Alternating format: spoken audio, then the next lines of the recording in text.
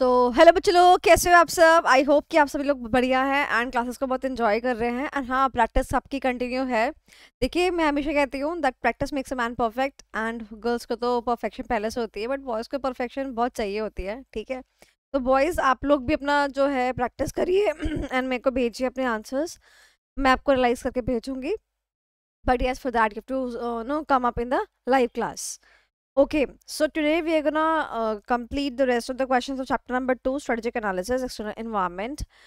जो majorly part इस question इस chapter से आता है वो माइकल पोर्टर से देखने को मिलता है, but there is apart from Michael porter question एक question और भी आता है। तो हमने जो है वो छोटे टॉपिक्स जो है वो आज कवर करने हैं, तो will be covering all those topics.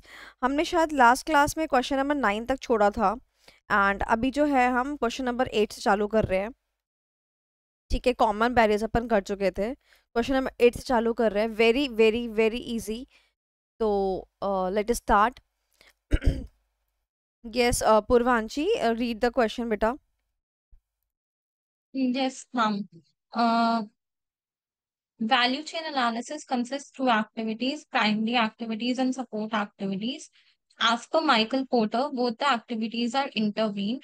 Do you agree with the statement? Also delineate the main areas in which primary activities of any organization are grouped. Okay, so is it a direct question और indirect question? It is a direct question. It is just asking, do you agree with the statement? Yes, it is a direct question. क्योंकि question में topic बता रखा है, concept बता रखा है ना, उसके बाद उससे एक्सप्लेनेशन मांगी है। तो it is a direct question end of course साफ साफ दिख रहा है कि कोई डिफरेंस बिटवीन तो है नहीं। तो डायरेक्ट क्वेश्चन जो है नॉर्मली अपन जैसे सॉल्व करते हैं वैसे अपन सॉल्व करेंगे। आई गेस कि वैल्यू चेन एनालिसिस तो सबको आता है। ठीक है, वैल्यू चेन एनालिसिस किसने दिया था? कौन था वो महानुभाव जिसने माइकल पोर्टर ने, और माइकल पोर्टर ही बोल दिया मैंने तो फ्लो फ्लो में। चलो गाइस, सो माइकल पोर्टर वो है जिसने कि हमारे को ये टॉपिक दिया, Michael porter value chain analysis, जिसमें कि उसने डिवाइड किया एक्टिविटीज को इनटू 2 पार्ट्स। क्वेश्चन पढ़ के मुझे बताएंगे। देखिए, यहाँ पर उसने लिखा है, पहली बात उसने पूछी है, do you agree with the statement. उसके बाद उसने पूछा है also delineate the main areas in which primary activities of an organization are grouped. तो आप मुझे बताएंगे कि आप अगर एज अ स्टूडेंट इस क्वेश्चन को एग्जाम में फर्स्ट टाइम देखते, ठीक है, तो आप इसमें क्या क्या एक्सप्लेन करते, क्योंकि अब इसमें तो एक्सप्लेन करने की बात है, तो क्या क्या आप लिखते? Can you just tell me कि मैं तो ये लिखता।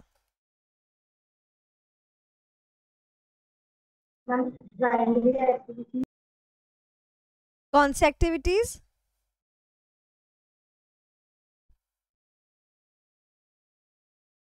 प्राइमरी प्राइमरी एक्टिविटीज लिखते।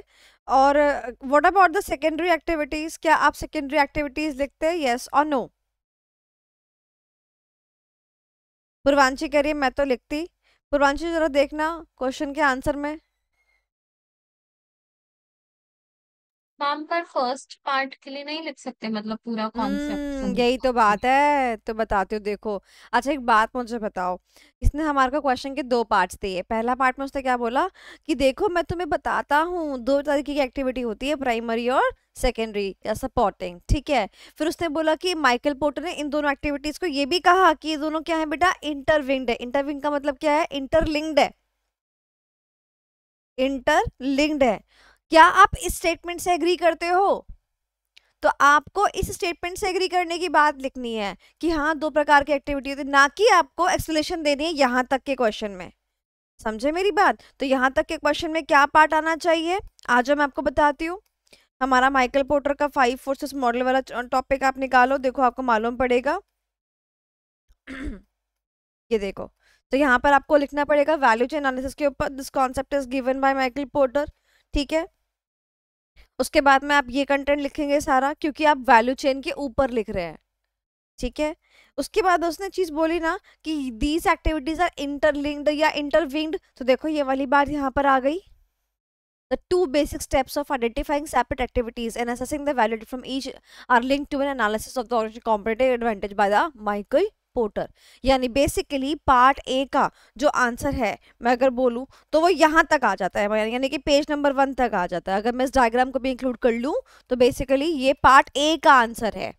पार्ट ए क्या पूछता है कि क्या इसमें दो एक्टिविटी होती है, हाँ होती है। क्या ये दोनों आपस में इंटरलिंक्ड होती है, हाँ होती है। अब इस क्वेश्चन को मैं अगर बना के लिखना चाहूँ तो अगर आपने मेरी क्लासेस वगैरह करी हो तो मैंने आपको ये चीजें बताई थी, ये चीज एक्सप्लेन करी है। Each of this primary activities are link to the secondary activities. अगर आप बना के लिखना चाहो तो आंसर को बना के भी लिख सकते हो। जैसे कि आप बता सकते हो कि वैल्यू चेन एनालिसिस को माइकल पोर्टर ने दिया था, इसके अंदर दो तरह की एक्टिविटी होती है, सारी की सारी एक्टिविटी वैल्यू एडिशन करती है, चाहे वो प्राइमरी हो चाहे वो सेकेंडरी हो। और एज पर माइकल पोर्टर हम यहाँ से कंटेंट उठा सकते हैं, एवरी या फिर each primary activity is link to the secondary activity. मैं इसको भी ऐसे उठा सकती हूँ और अपना बना बना के लिख सकती हूँ। एंड देयरफॉर जो एक्टिविटीज़ है उसको आप ये वाला चार्ट बना सकते हो, ये वाला प्राइमरी एक्टिविटीज़ ये रही और सपोर्टिंग एक्टिविटीज़ ये रही। Is that clear everybody?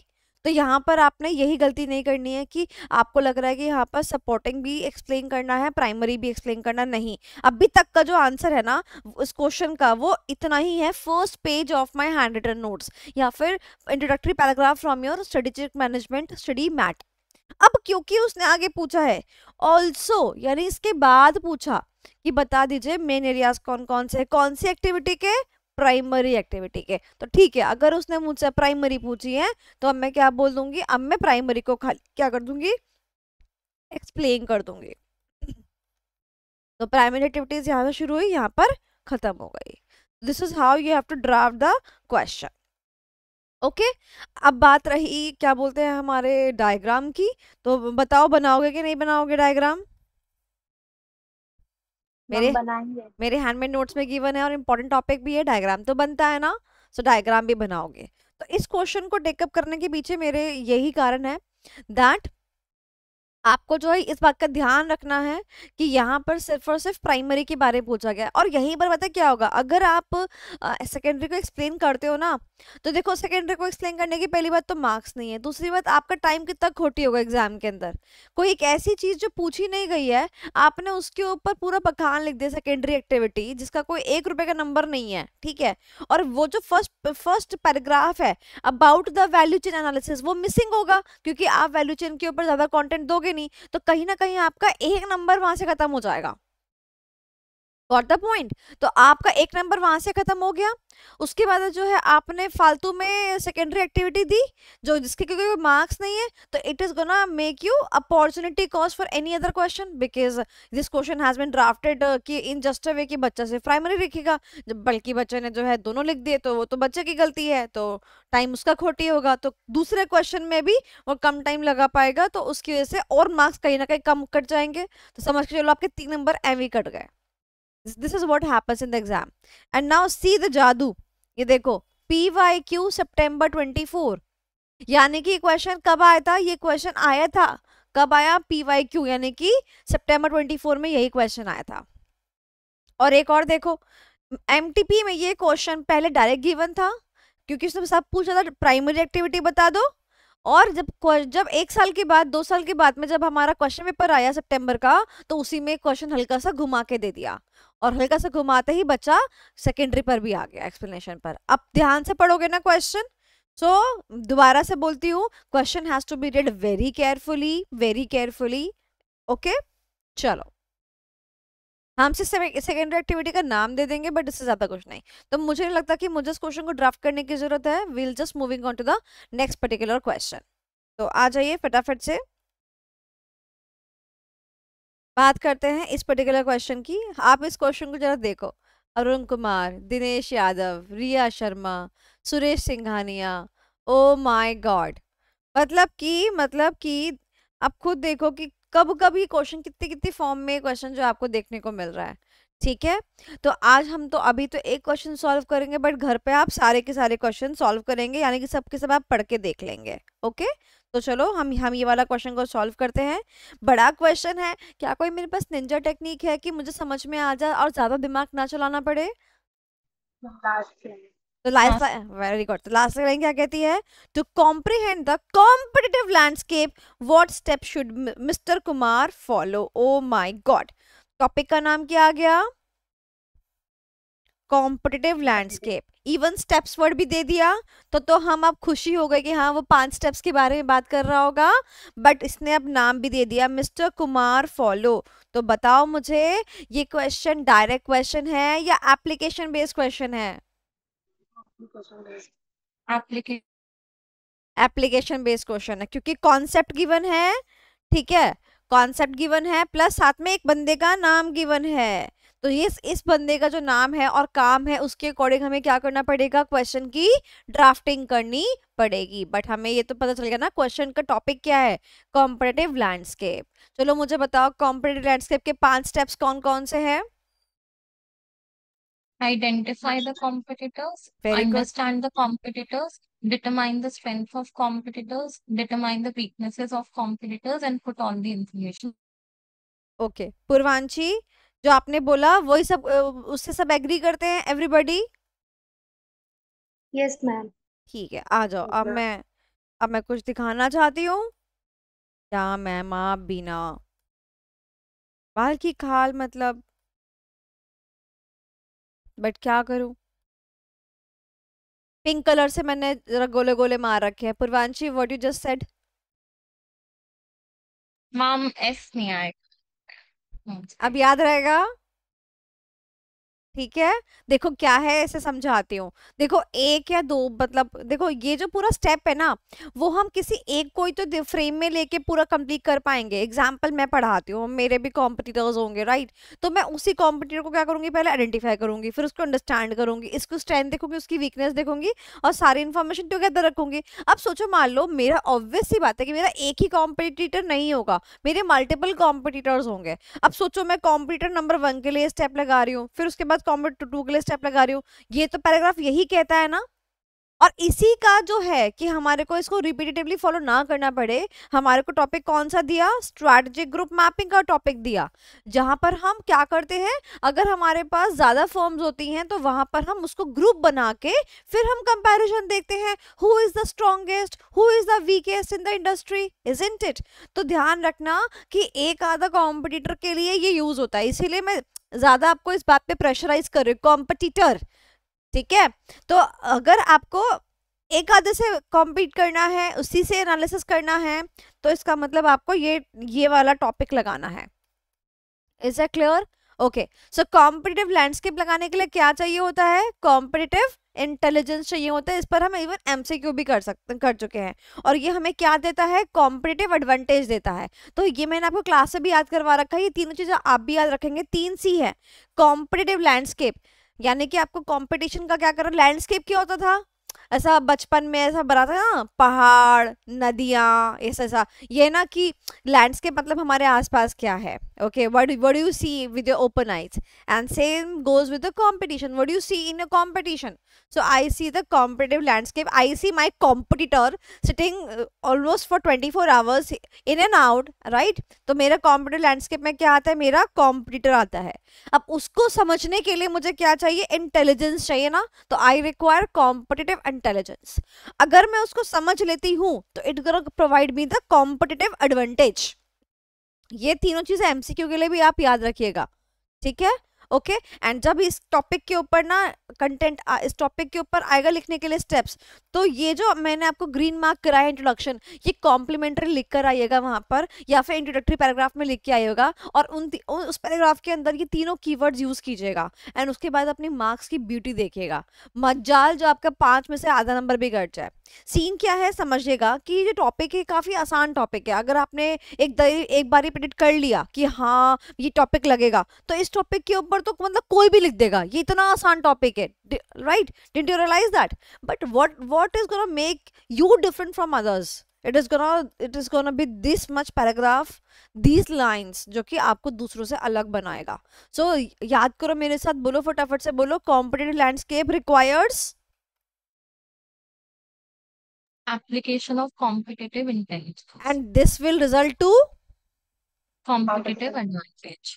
ठीक है, याद रहेगा, competitive landscape, competitive intelligence and competitive advantage. Done. और जैसे ये वर्ड आपको मिले ना, आपके दिमाग में तीनों वर्ड टन टन टन करके आ जाना चाहिए, बिकॉज बहुत मैंने सिमिलैरिटी कर दी आपको याद कराते वक्त, ठीक है।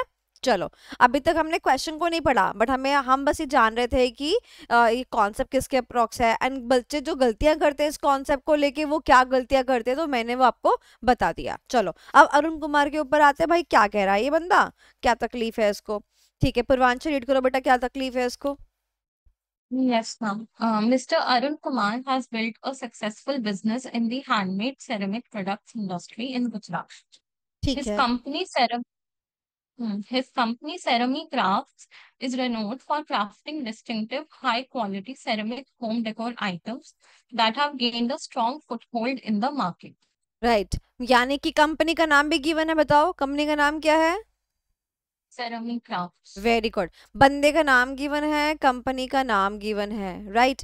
और अब जो है उसने आगे ये भी बता दे कंपनी काम क्या करती है, क्या काम करती है भाई, ऑब्वियसली सेरामिक पर बेस्ड प्रोडक्ट बनाएगी, कुछ भी बना सकती है उस पर बेस। सुना है ना, इसके ऊपर बंजारा मार्केट करके भी एक मार्केट है जो काफ़ी फेमस है, नोएडा में एक मार्केट है जो काफ़ी फेमस है, तो दिल्ली में तो ये सब के लिए लोग बहुत दूर दूर से आते हैं इस मार्केट के लिए। अब ये क्या कह रहा है, बेसिकली कहता है कि वैसे तो हमारे डेकोर आइटम्स जो है वो काफ़ी ज़्यादा पॉपुलर है, बट हाउएवर मार्केट जो है शिफ्ट हो जाता है, क्योंकि ऑब्वियसली कुछ ना कुछ तो आएगा ही आएगा। So however recent market shifts and rising competition have impacted the sales, seeking the professional guidance. ओहो, हमसे मांग रहा है professional guidance. Mister Kumar consults a strategic advisor. Oh my God, अब ये मेरे पास आ गया है। Okay, who recommends an in depth analysis of the competitive landscape.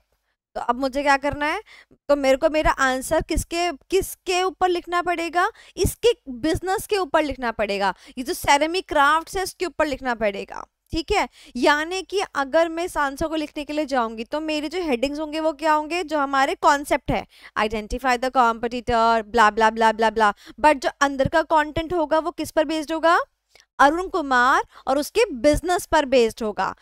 ऐसे बातें करो, क्योंकि उसने मुझे क्वेश्चन के कॉन्टेक्स्ट को पढ़ो, क्वेश्चन का कॉन्टेक्स्ट क्या बोलता है कि mister Kumar consults a strategic advisor who recommends, यानी कि यानी कि मेरे को ना, मैं स्ट्रेटेजिक एडवाइजर हूँ, मेरे को अपनी बात लिखनी है, इसको बताना है। सुन, सबसे पहली बात, आइडेंटिफाई द कॉम्पिटिटर, देख तो तेरा कॉम्पिटिटर कौन है, तो मैं उसको बोल रही हूँ, आपको ऐसे करके आंसर को फ्रेम करना है।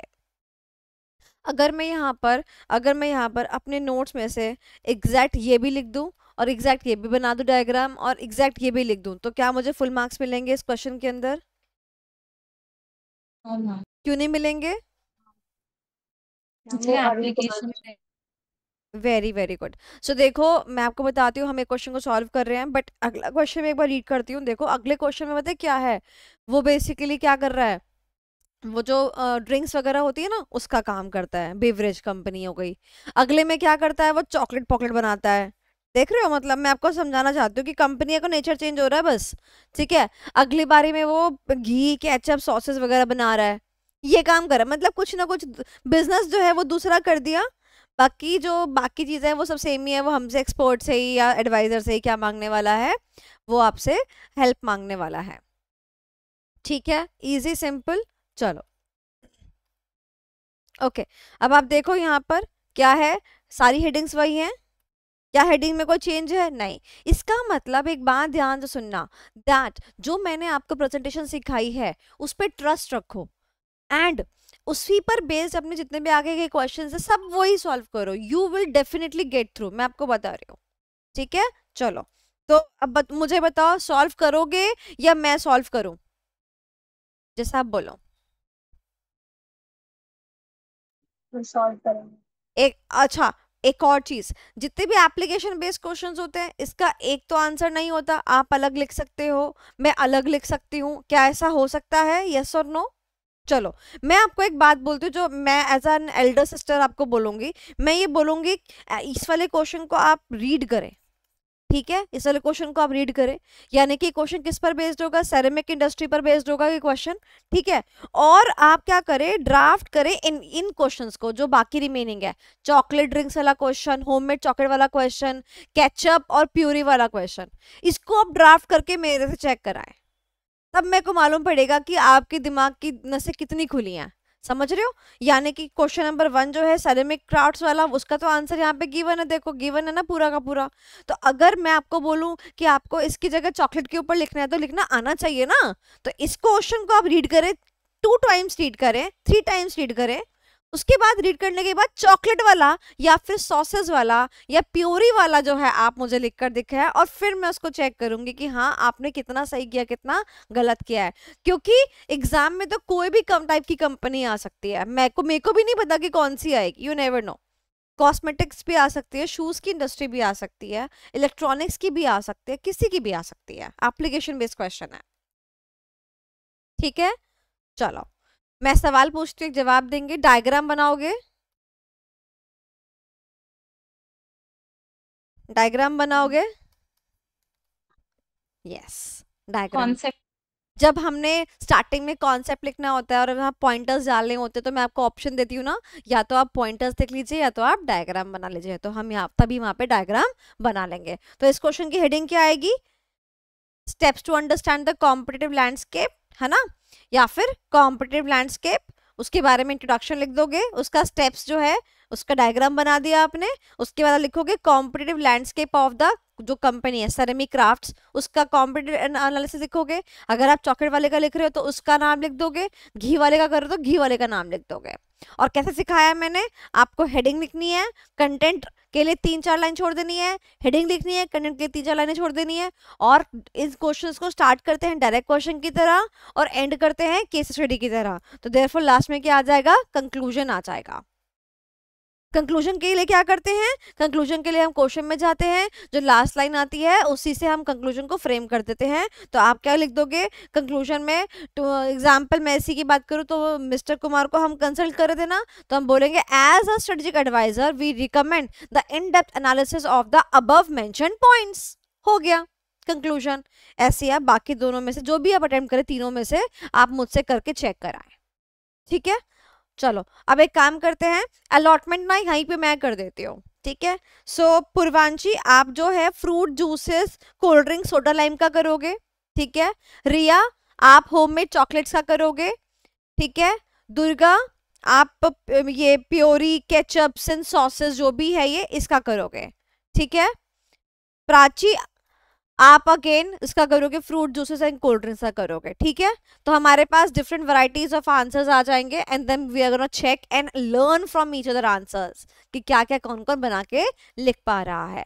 But again I would like to say that भावनाओं में मत बह जाना, जस्ट हेडिंग के बाद में 3-4 लाइनें ही छोड़ना, इससे ज्यादा कंटेंट आपको नहीं लिखना चाहिए। ओके, चलो आगे चलते हैं। अब करते हैं अपना next question, question number 6। Question number 6, question number 6, analyze the role of KSF in determining the competitive success within an industry. बताओ क्वेश्चन डायरेक्ट है, इनडायरेक्ट है, क्या है? डायरेक्ट। ओके, सो केएसएफ से क्या होता है पता है ना? केएसएफ क्या होता है? की सक्सेस फैक्टर्स होता है। तो बेसिकली कॉन्सेप्ट क्या कहता है?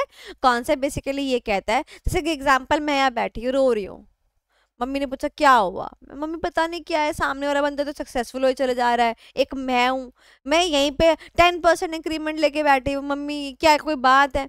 तो मेरी मम्मी ने कहा ठीक है स्टडी करना। तो मैंने कहा भाई क्या स्टडी करना है? तो कहता है कि केएसएफ स्टडी कर, यानी कि कौन कौन से फैक्टर्स हैं जो सक्सेस के लिए इम्पोर्टेंट, सक्सेस के लिए किए जाते हैं, मैटर करते हैं, और उसमें से कौन कौन से पॉइंटर्स है जो इम्पोर्टेंट होते हैं और जो सामने वाला कॉम्पिटिटर कर रहा है।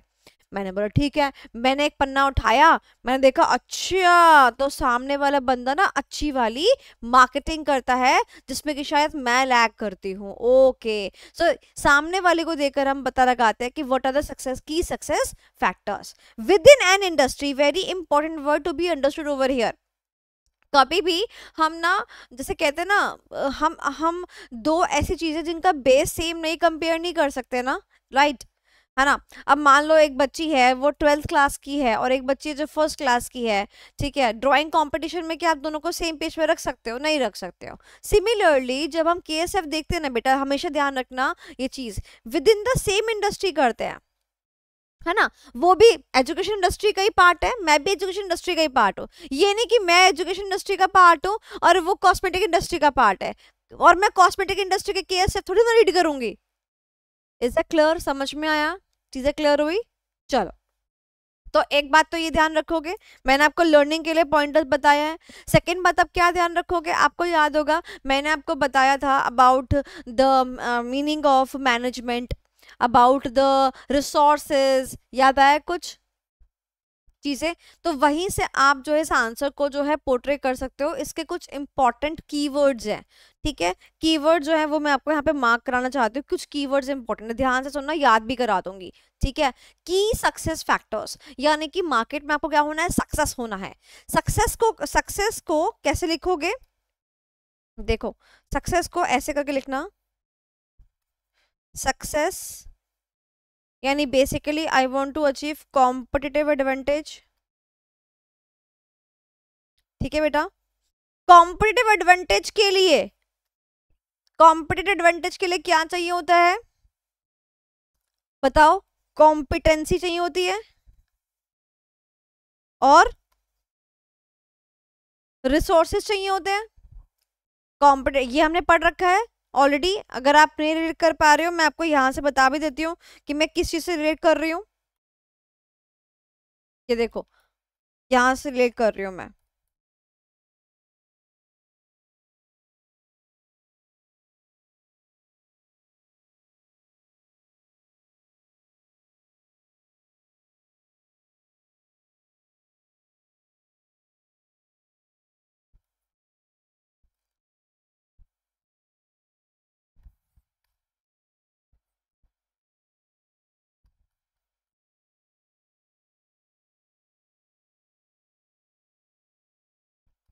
कैसे?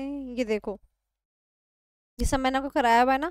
रिसोर्सेज चाहिए, कैपेबिलिटीज, कोर कॉम्पिटेंसी बेसिकली, और मैंने आपको बता रखा है ये चीज कोर कॉम्पिटेंसी के केस में। और उसके बाद कोर कॉम्पिटेंसी से बेसिकली अपने को क्या चाहिए होता है, अपने को कॉम्पिटिटिव एडवांटेज चाहिए होता है, ठीक है? तो यहाँ से अगर आपको ये क्वेश्चन आपको याद करना ही पड़ेगा, तो यहाँ से आपकी आंसर फ्रेमिंग चालू हो जाएगी। देखो, सक्सेस से वर्ड पकड़ना, कॉम्पिटिटिव एडवांटेज, एडवांटेज लेने के लिए क्या चाहिए, अपने अंदर कॉम्पिटेंसी होनी चाहिए और अपने पास रिसोर्सेज होने चाहिए, ठीक है? रिसोर्सेज में मैंने आपको एक निमोनिक याद कराया था, बताओ कौन सा है? MMM, फुल फॉर्म क्या है इसकी, बताइए फटाफट से। Money, material, man power, money, material, man power. मैंने आपको याद करने का टेक्निक भी बता रखा है, आप इसको कैश फ्लो कह रही हूँ, कॉस्ट शीट के अकॉर्डिंग भी याद कर सकते हैं। कॉस्ट शीट में क्या आता है सबसे पहले, मटेरियल, फिर लेबर, फिर ओवरहेड्स, ऐसे करके आप इसको याद कर सकते हो। मैंने आपको याद कराया था। और यहाँ पर आया टी से टेक्नोलॉजी, टेक्नोलॉजी वर्ड को नहीं भूलेंगे क्योंकि ये मेन वर्ड है आपके न्यू सिलेबस में। अब कॉम्पिटेंसी, कॉम्पिटेंसी का मतलब आप जानते ही हैं, कोई दिक्कत की बात नहीं है। अब देखो, कॉम्पिटेंसी के लिए हम ये पूरा टॉपिक पढ़ चुके हैं, कॉम्पिटेंसी के लिए पूरा टॉपिक पढ़ चुके हैं अपन। कॉम्पिटेंसी के लिए we have to be competitive, differentiation, customer value, ये तीनों चीज हम पढ़ चुके हैं। इसी चीज को हम यहाँ पे ड्राफ्ट कर सकते हैं, दैट वी रिक्वायर सबसे पहले capability, distinctiveness, different from others, ठीक है?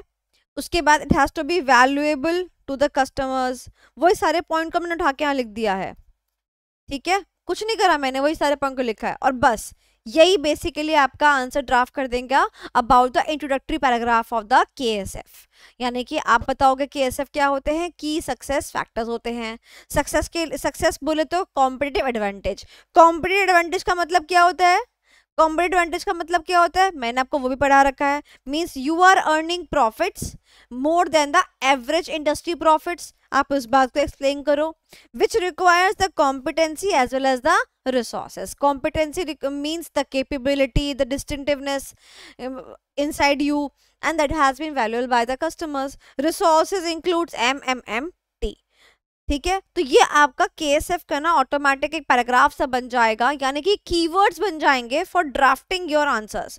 अगर आप अपना इस क्वेश्चन के अंदर भी देखें, मैं आपको 1 मिनट देती हूँ, जरा इन्हीं चीजों को जो मैंने कीवर्ड्स आपको अभी मार्क कराए हैं, अभी जो बोले हैं, उनको जरा यहाँ पर मार्क करके देखो, आपको सारे कीवर्ड्स यहाँ पर मिलेंगे, आराम से इस क्वेश्चन को फ्रेम कर सकते हो। देखो, ये देखो, रिसोर्सेज, कॉम्पिटेंसीज, कॉम्पिटिटिव कैपेबिलिटीज, मिल गए तीनों वर्ड।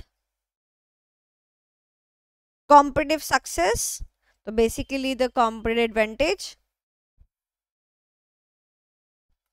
और ये सब क्या है आपके प्री रिक्विजिट्स है, यानी इंपॉर्टेंट है, यानी चीजें आपको चाहिए चाहिए। दिया कि नहीं दिया उसने केएसएफ में, जो जो आपको याद कराया हुआ है मैंने, वही बात उसने यहाँ लिखी हुई है। आप इन्हीं कीवर्ड से आंसर फ्रेम करेंगे और इन्हीं कीवर्ड्स को आप एग्जाम में यूज भी करेंगे। उसके बाद जो है फिर आप किस पर आएंगे, केएसएफ पर आएंगे। उसके बाद आप केएसएफ पे आएंगे, जो कि मैंने आपको अपने हैंडमेड नोट्स में भी दे रखा है और बाकी आपके पास भी होगा इनसाइड योर स्टडी मटेरियल। तो आप उसका जो कंटेंट है वो लिखेंगे। तो आ जाओ केएसएफ के बारे में पढ़ लेते हैं।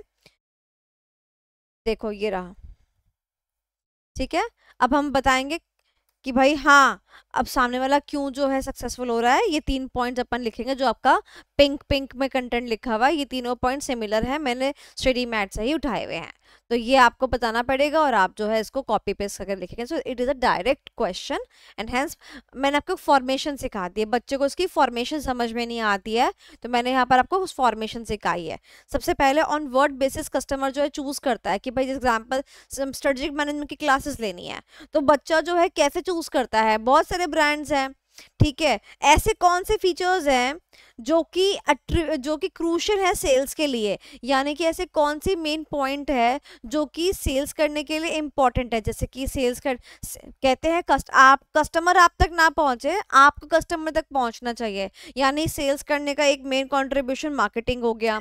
दूसरा, आपके अंदर आपकी जो एक्सपीरियंस है, आपकी टीम है, कैसे वो वर्क कर रही है, वो हो गई, तो वो वाला पॉइंट आ गया। Second, what resources and capabilities does a seller need, ठीक है, टू बी सक्सेसफुल। यानी कि अब आपको यहाँ बताना पड़ेगा कि अगर आपको सक्सेसफुल होना है तो आपके अंदर कौन कौन से रिसोर्सेज और कैपेबिलिटीज होने चाहिए। जैसे कि एग्जांपल, मेरे पास में क्या नहीं है, रिसोर्सेज है, मेरे पास मनी नहीं है। अगर मैं भी एक यूनिकॉर्न कंपनी बन जाऊं तो मैं भी अपनी टीम खड़ी कर सकती हूँ, माइट बी पॉसिबल मैं किसी से आगे निकल जाऊं, राइट। तो बहुत डिफरेंस आता है। तो सामने वाला अगर सक्सेसफुल है, if it is a key success factor for them, might be possible शायद मैं इसलिए लैग कर रही हूँ। और last but not least, we need the sustainable competitive advantage. यानी कि कॉम्पिटिटिव एडवांटेज क्या होता है कि आप ना एक बार नंबर 1 पे आ गए। सस्टेनेबल कॉम्पिटिटिव एडवांटेज का मतलब क्या होता है कि आप उस नंबर 1 की रैंक को सस्टेन कर रहे हैं, यानी कि आप उस नंबर 1 की रैंक पे बने हुए हैं। तो अगर कोई बंदा एक बार नंबर 1 पे आता ना, कोई बात नहीं, बट अगर वो काफी टाइम तक, लॉन्ग टर्म तक अपनी रैंक को मेंटेन करके चलता है ना, फिर तो पक्का पक्का उससे सीखने वाली बात है कि उसने वो नंबर 1 रैंक कैसे मेंटेन कर रखी है। इजी सिंपल, मैंने आपको यहाँ एक्सप्लेन ज्यादा किया है क्योंकि मैं जानती हूँ इस क्वेश्चन के अंदर बच्चों को जो है तकलीफ आती है। अब मैं आपको एक बात बता देना चाहती हूँ, ध्यान से मेरी बात सुनिएगा। जो यहाँ पे मुझे पैटर्न नजर आ रहा है ICAI का, ध्यान से सुनिएगा मेरी बात। जो मुझे पैटर्न नजर आ रहा है ICAI का, कि अगर आप देखें तो ये क्वेश्चन जो है, ये वाला क्वेश्चन, और इस पर बेस्ड KSF का क्वेश्चन जो है, ऐसे ही क्वेश्चन आपको एक और मिलेगा। ये देखिए, ये रहा क्वेश्चन MTP में 25, है ना, ये भी KSF पर बेस्ड ही है, ठीक है। अब मैं आपको बोलना चाहती हूँ as a strategic management faculty, जो पिछले 12-13 सालों से स्ट्रेटेजिक मैनेजमेंट को ही पढ़ा रहा है, मैं आपको बोल देना चाहती हूँ, मुझे नहीं लगता कि अब KSF as a direct question आपको आने वाला है। अब आपको KSF में ना एप्लीकेशन बेस्ड क्वेश्चन ही देखने को मिलेगा, यानी कि वो आपको बोलेंगे, फलाना कंपनी का नाम बोलेंगे, उसके टाइप बोलेंगे और बोलेंगे कि भाई इसके KSF बता दो। समझे मेरी बात? यही क्वेश्चंस जो है मैं एक्सपेक्ट करती हूँ अब KSF से, अगर कोई क्वेश्चन आएगा KSF से। तो आपने इस क्वेश्चन को डायरेक्ट क्वेश्चन की जगह आपको इस क्वेश्चन को एप्लीकेशन बेस्ड क्वेश्चंस की तरह ज्यादा प्यार करना है इन द अपकमिंग एग्जाम्स। अगर आपके एग्जाम्स जो हैं ऐसे ऐसे नोट पर है 2026 में है, तो आप भूल ही चाहिए कि KSF पे जो है आपको डायरेक्ट क्वेश्चन देखने को मिलेगा, ठीक है। तो यानी कि आपको क्या चाहिए, आपको कीवर्ड्स चाहिए होंगे just to frame out those application based questions. Okay, बात समझ में आई? मैं आपको दोबारा बोल रही हूँ, इस क्वेश्चन को एज ऑफ नाउ यानी कि आज के बाद में भी इवन डायरेक्ट क्वेश्चन की तरह प्रिपेयर ना करके जाएं, खाली एप्लीकेशन बेस्ड क्वेश्चन में ये क्वेश्चन देखने को मिलेगा। मैं आपको बोल रही हूँ, अभी डायरेक्ट क्वेश्चन की फॉर्म में आपको शायद ही कभी देखने को मिलेगा। ठीक है, तो इसको एज इट इज याद करने की बजाय क्या याद करें, इसके कीवर्ड्स याद करें, कीवर्ड्स। और वो मैंने आपको इतनी अच्छी तरीके से याद करने को सिखा दिए हैं कि आई डोंट थिंक सो कि अब आपके पास कीवर्ड्स की कमी रहेगी। और बाकी अब इस क्वेश्चन के अंदर अगर इस पे एप्लीकेशन बेस्ड क्वेश्चन आता है तो अब एक प्रॉब्लम है पूर्वांशी। क्या प्रॉब्लम है कि अभी तक जब भी हमने एप्लीकेशन बेस्ड क्वेश्चंस करे थे तो हम क्या जानते थे कि एप्लीकेशन बेस्ड क्वेश्चंस के अंदर जो हेडिंग्स पॉइंटर्स हम याद करते थे कॉन्सेप्ट में, वो हेडिंग्स उठाते थे और अपना कंटेंट उसके ऊपर ड्राफ्ट कर देते थे। बट केएसएफ के अंदर तो कोई हेडिंग्स ही नहीं है।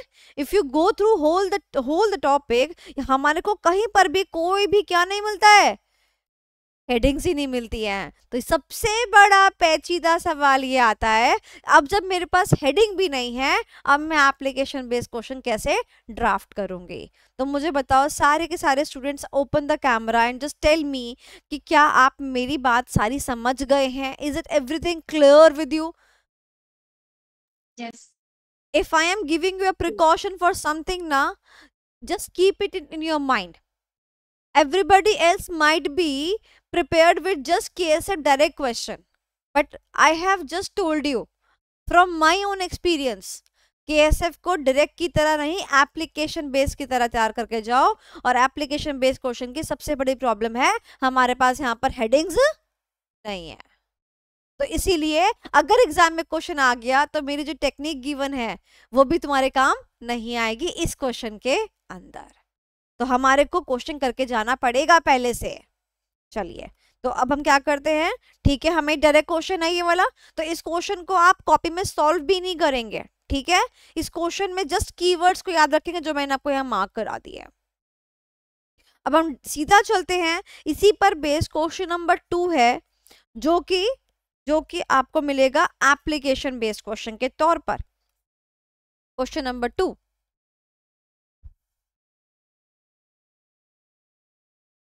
क्वेश्चन नंबर 2 आगे सभी लोग यहाँ पर देखो क्या लिखा है यहाँ पर, identify the key success factors यानी KSF फॉर ABC टेक। आ गया जो कह रही थी मैं, आगे वही वाली बात, KSF बताना है, बट किसका बताना है, इस कंपनी का बताना है। ठीक है, अब आगे देखो बेटा, आगे मेन वर्ड है on the industry conditions described. On the industry conditions describe, पहले मैं आपसे पूछूंगी फिर इसके बाद मैं एक्सप्लेन करूंगी। मुझे ये बताओ, क्या मैंने आपको ये चीज क्लियर करी है, KSF के अंदर हम with in the industry compare करते हैं या आउटसाइड द इंडस्ट्री कंपेयर करते हैं?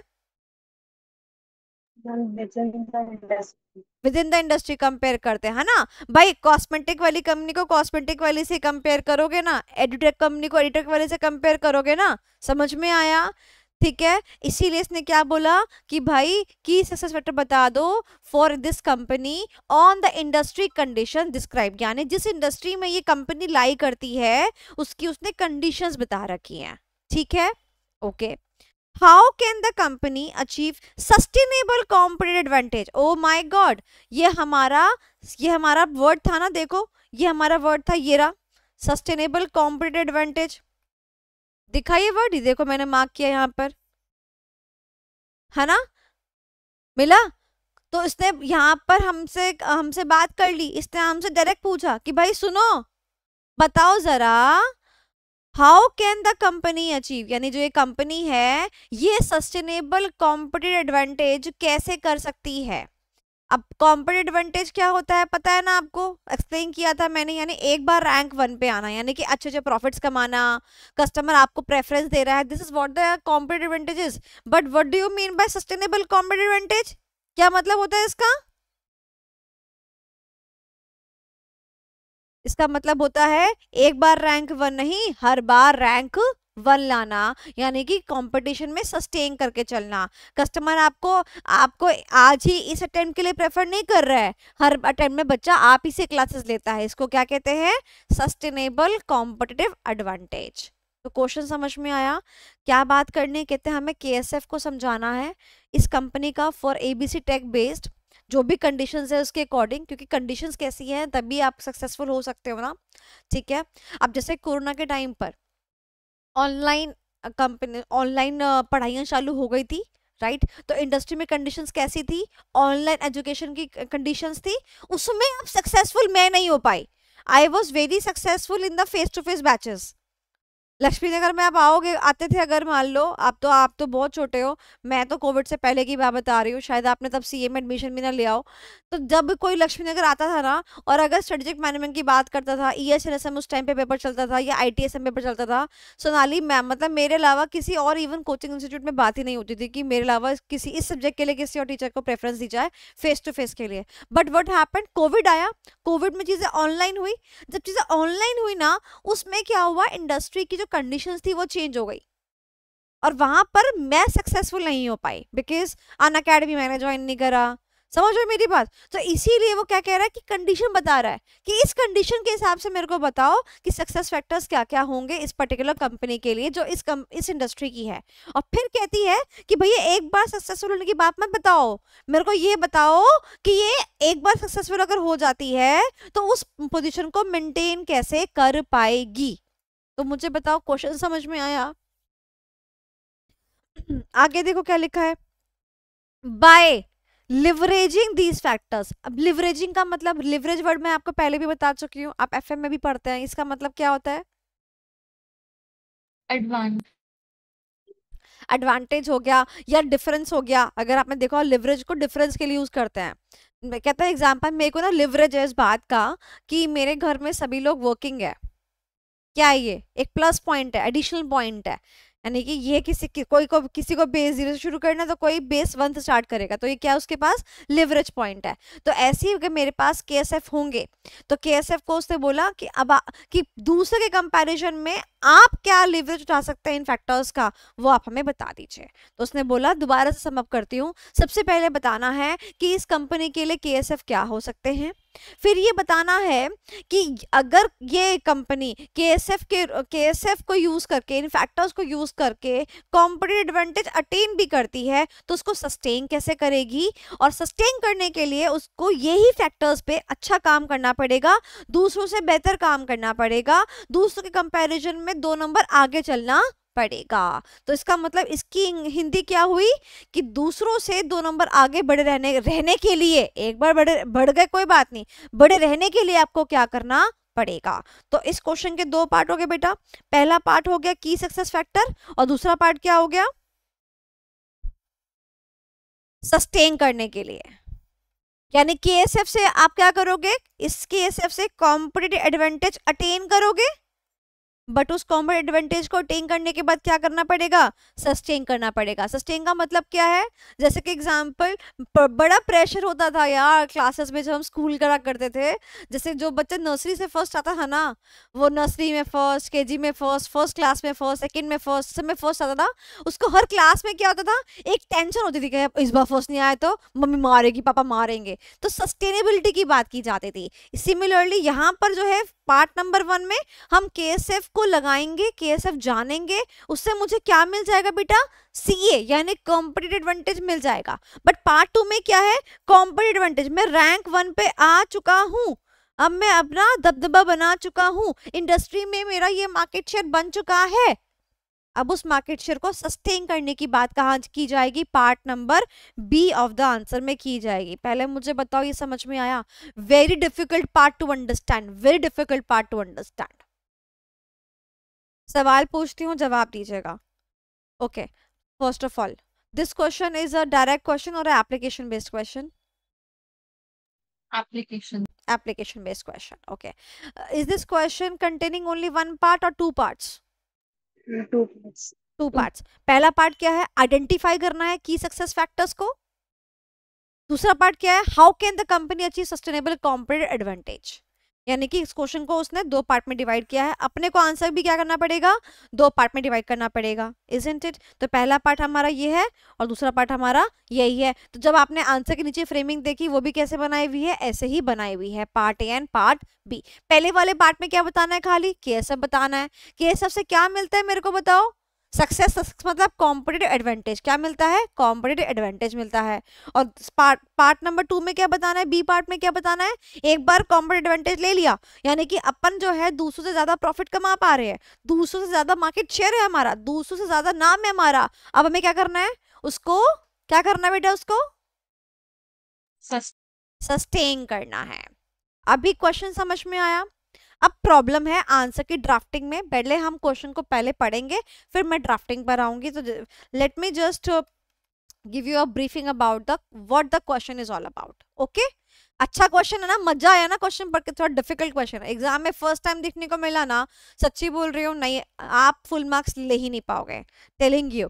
एंड अब आगे जो है आपको केएसएफ पर बेस्ड, एप्लीकेशन बेस्ड क्वेश्चंस ही देखने को मिलेंगे। इसकी ड्राफ्टिंग आपको सीखनी पड़ेगी, कीवर्ड्स आपको याद करने पड़ेंगे, आंसर भले ही याद मत करो क्योंकि डायरेक्ट क्वेश्चन अब नहीं आने वाला। चलो गाइस, पूर्वांशी पढ़ लेगी। Okay पूर्वांशी। ABC Tech, a leading smartphone manufacturer, is navigating a highly competitive market where innovation and cost efficiency are key. Okay क्या कहता है, कंपनी कौन सी है, एबीसी टेक कंपनी है, नाम पता चल गया, काम पता चल गया, क्या बनाती है, लीडिंग स्मार्टफोन मैन्युफैक्चरर है, क्या बनाती है, स्मार्टफोन्स बनाती है। कोई दिक्कत परेशानी? चले आगे। आगे वो क्या कहता है, इस navigating a highly competitive market. Navigating आपने गूगल मैप्स यूज किया होगा, उसको नेविगेशन भी कहते हैं, यानी कि एक जगह से दूसरी जगह जाना। तो इंडस्ट्री में क्या होता है ना, कहते हैं ना कि जैसे सीए में होता है ना, कभी कोई सीनियर तो कभी कोई जूनियर, ऐसी इंडस्ट्री में भी होता है, आज किसी का नाम है तो कल किसी का नाम होगा, तो परसों किसी का नाम होगा, तो क्या पता था तरसों जो है वापस से जिसका पहले नाम था वो वापस आ जाए, है ना, राइट अब जैसे मैं बताती हूँ आपको, there is a very legend faculty, her name is Surabhi Bansal ma'am. I don't know आपको नाम पता है कि नहीं पता है, she is one of those faculties जिन्होंने मतलब अपने टाइम पे अपने एरा में ना, ओ माय गॉड, मतलब उन्होंने मतलब दबदबा बना के रखा। मेरे को कैसे पता चला, मेरे को ऐसे पता चला जब मैंने फर्स्ट टाइम जब मैंने जो है डेमो दिया था, there is an institute, very famous institute, जो कि 37 ईयर्स पुराना है इंस्टीट्यूट। तो मैंने जब वहाँ डेमो दिया था और डेमो में जब मैंने पढ़ाया था, तो मुझे याद है कि जैसे ही मैं डेमो दे के हटी थी तो मेरे सामने सिर्फ कैमरामैन था, ठीक है। सो आई वॉज लाइक एक्सपेक्टिंग कि मेरे सामने स्टूडेंट्स होंगे और मुझे उनको पढ़ाना होगा, बिकॉज मैं तो पहले की बात कर रही हूँ फेस टू फेस की, तो मुझे लगा स्टूडेंट्स होंगे मुझे पढ़ाना है, बट मेरे सामने कैमरामैन ला के खड़ा कर दिया था, एंड मुझे कैमरामैन को ही पढ़ाना था बेसिकली, और अपना बोर्ड पे लिखना था। और मुझे याद है I gave the demo of economics, मैंने इकोनॉमिक्स का डेमो दिया था, बिकॉज उस टाइम पे उंगली उसकी पकड़ बहुत स्ट्रांग थी। जैसे ही मैं डेमो देख के हटी, तो जो कैमरामैन है ना, कैमरामैन ने तुरंत बोला, उस टाइम पे सुरभि बंसल मैम बहुत हाइप पे थी, ठीक है। कैमरामैन ने जैसे ही मेरे को मतलब जैसे ही मेरा लेक्चर जो है रिकॉर्डिंग खत्म हुई, उन्होंने पता मुझे बोला कि मैम मैं मेरे को ना आप में ना सेकंड सुरभि बंसल मैम दिखती है लिटरली, एंड आई बिलीव कि उनके बाद यू विल बी आप छा जाओगी इंडस्ट्री में जैसे वो इंडस्ट्री में छा गई हैं, and that day it was a complement for me. अगर आपको कोई सक्सेसफुल पर्सन के साथ में एक बारी कंपेयर भी कर लिया जाए ना, मतलब ये कॉम्प्लीमेंट ही होता है, इजंट इट? आज कोई आपको बोले प्राची तुम तो ऐश्वर्या राय की जैसी लग रही हो, कॉम्प्लीमेंट नहीं है ये, isn't it? It is a compliment, right? तो that point of time for me that was a compliment. तो सुरभि बंसल मैम जो है उस टाइम की बहुत बहुत बहुत पॉपुलर फैकल्टी थी CA inter and CA final के ऑडिट्स के लिए, ठीक है। अब आज जो है, आज उनका दबदबा इतना नहीं है, but might be possible again उनके नाम का दबदबा शुरू हो जाए, बिकॉज जो कहते हैं ना कभी कभी ओल्ड इज गोल्ड, माइट भी वापस आ जाए, so you never know.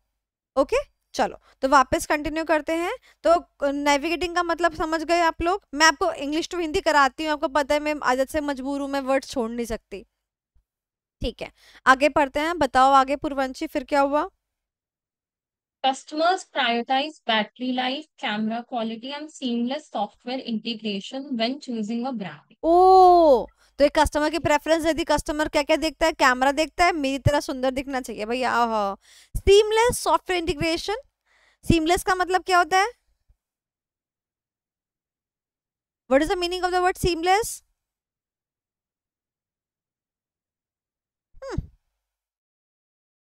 Seamless का मतलब होता है विदाउट एनी डिफिकल्टी। जैसे कि आपने कभी देखा हो, सुना हो, जब हम ट्रैवल करते हैं फ्लाइट्स में तो वो 500 रुपये एक्स्ट्रा मांगते हैं, कहते हैं आपका ना सीमलेस आपकी सब चीज़ें हो जाएंगी, यानी कि ना मेरे को लगेज की टेंशन, ना मेरे को लाइन में लगना, मेरे को वीआईपी एक्सेस मिलेगा। सीमलेस का मतलब क्या होता है? विदाउट एनी डिफिकल्टी, बहुत इजीली सब कुछ हो जाना। सीमलेस का मतलब without any difficulty, seamless, without any troubles. ठीक है, तो उसने क्या मांगा कस्टमर ने कि मेरे को क्या चाहिए? Seamless software integration. Software integration का मतलब जब नया नया फोन लेते हो तो उसमें अपनी जीमेल आईडी डालते हो, कुछ सॉफ्टवेयर डालते हो, वो सब कुछ आसानी से हो जाए। ये नहीं कि मेरे को उसमें 30 मार्क करनी पड़ रहा है, इसको करने के लिए मेरे को एक यूट्यूब का वीडियो देखना पड़ रहा है। ठीक है, तो क्या क्या मांग रहा है वो बताओ, पॉइंट्स बताओ। अच्छी बैटरी लाइफ मांग रहा है, कैमरा क्वालिटी अच्छी मांग रहा है, और सीमलेस सॉफ्टवेयर इंटीग्रेशन मांग रहा है। Why choosing a brand? अब देखो एक चीज दिखाती हूँ आपको। On what basis do customer choose between the competing brands? बताओ इसका आंसर क्या होगा?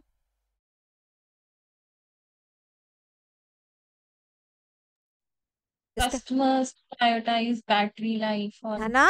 तो इस charging देखो point. केएसएफ में अपन ने क्वेश्चन पढ़ा, on what basis customer choose करता है कंपीटिंग ब्रांड्स के अंदर। तो कस्टमर किस बेसिस पे चूज करता है? अच्छी बैटरी लाइफ, अच्छा कैमरा और सीमलेस सॉफ्टवेयर इंटीग्रेशन। इस वाले क्वेश्चन का आंसर मुझे मिल गया क्वेश्चन के अंदर। अगर मेरे को कंटेंट याद था तो मैं पक्का पक्का क्या करती हूँ, एकदम रिलेट करती हूँ।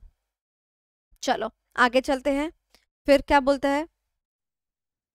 To stay ahead, ABC Tech invests heavily in research and development, optimizes its supply chain for cost-effective production, and enhances customer service. Okay, ये वो है जो एबीसी करता है। क्या क्या करता है एबीसी?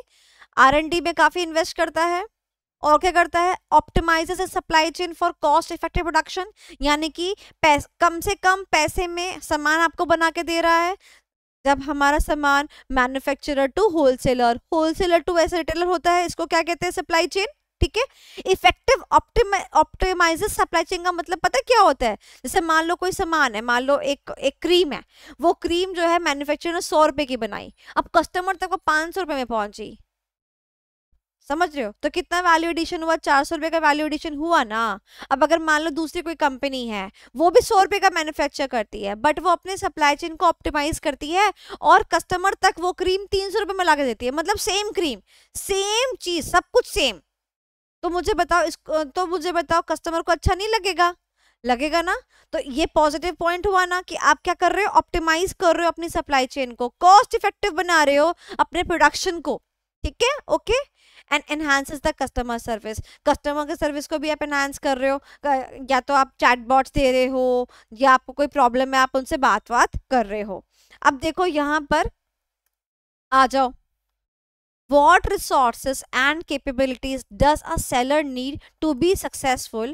क्या क्या चाहिए बताइए। इसने हिंट भी दे रखा है, better human capital, better quality of the product, या फिर cost of service, blah blah blah blah ब्ला। यानी कि क्वेश्चन पॉइंट नंबर 2 किसकी बात करता है? पॉइंट नंबर 2 इसकी बात करता है कि भाई ये जो हम है, हमारे अंदर ऐसी कौन सी रिसोर्सेज हैं, हमारे पास ऐसी कौन सी कैपेबिलिटीज हैं जो हम दे रहे हैं। तो इसने एग्जाम्पल के तौर पे बताया, हो सकता है कि हमारे पास अच्छी ह्यूमन कैपिटल हो सकता है हमारे गुड्स की क्वालिटी हो। अब हमारे क्वेश्चन में क्या बताया हुआ है? हमारे क्वेश्चन बताया हुआ हम क्या कर रहे हैं? हम अच्छी आर&डी कर रहे हैं, हम अच्छे से ऑप्टिमाइज कर रहे हैं, हम इफेक्टिव प्रोडक्शन कर रहे हैं, हम कस्टमर की सर्विस को एनहांस कर रहे हैं। डोंट यू थिंक कि ये हमारा पॉइंट नंबर 2 रिजॉल्व कर रहा है? आप रिलेट करके देखो। पॉइंट नंबर 2 देखो यहाँ पर क्या कहता है कि हमारे पास ऐसी कौन सी रिसोर्स और कैपेबिलिटीज है जिससे कि हम सक्सेसफुल हो सकते हैं। और वही बात यहाँ पर जो बोल रहा है कि बेसिकली हम क्या कर रहे हैं? To stay ahead, ABC invest करता है हैवीली आर&डी में, ऑप्टिमाइज करता है सप्लाई चेन, ये करता है। बोलो हाँ कि ना? इजी हो गया। अगर आपको वो चीज याद है तो आप ऑटोमेटिकली यहाँ पर क्या कर पा रहे हो? यहाँ पर रिलेट कर पा रहे हो। ओके बट अब उसने क्या पूछा, अब बात पूछने पे आते हैं, उसने पूछा आइडेंटिफाई करो की success factor of this company on the industry condition describe. कहता है कि आप क्या करो, केएसएफ बता दो मेरे को। उसने ये 3 क्वेश्चंस पूछे क्या, उसने ये 3 क्वेश्चन पूछे क्या, नहीं।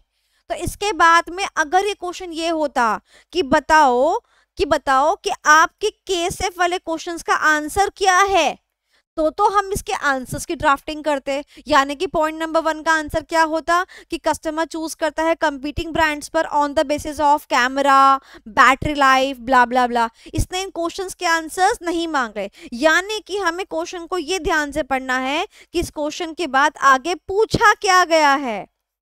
इसमें क्या पूछा है, केएसएफ पूछे हैं, क्वेश्चंस का आंसर पूछा क्या, नहीं पूछा। सो माइट बी पॉसिबल आपके नेक्स्ट एग्जाम में क्वेश्चन का आंसर पूछ ले।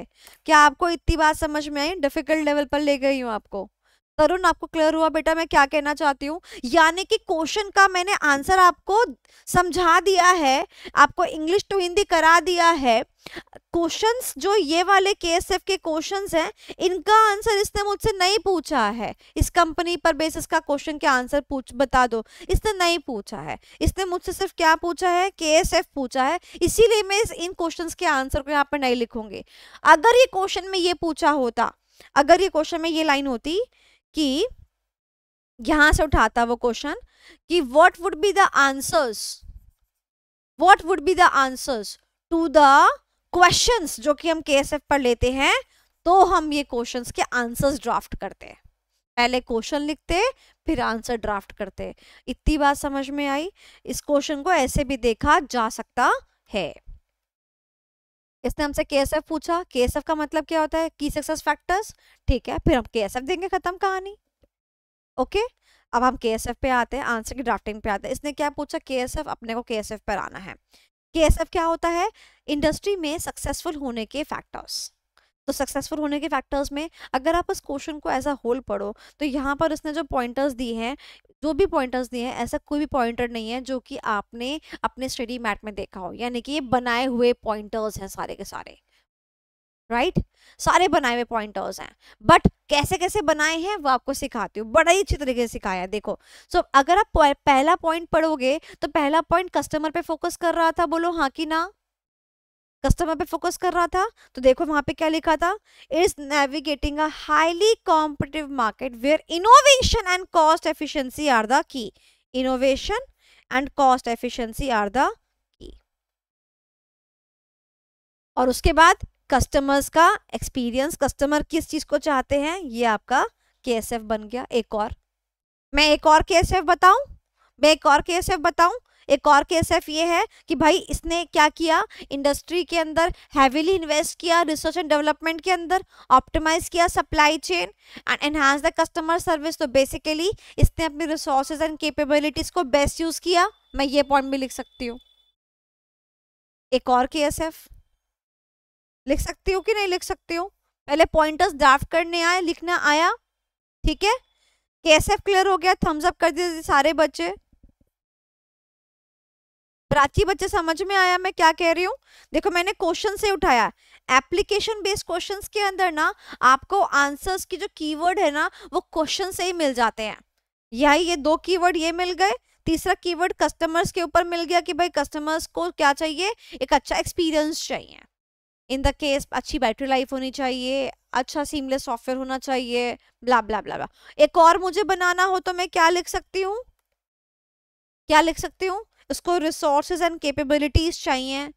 और वो रिसोर्सेज और कैपेबिलिटीज क्या है, मैंने आपको बताया था MMMT है, यानी कि पैसा चाहिए, रिसर्च एंड डेवलपमेंट करने के लिए पैसा चाहिए, ऑप्टिमाइज करने का पैसा चाहिए। तो ये क्या बन गया, इसका केएसएफ बन गया। मैं और भी बहुत सारे केएसएफ बना सकती हूँ।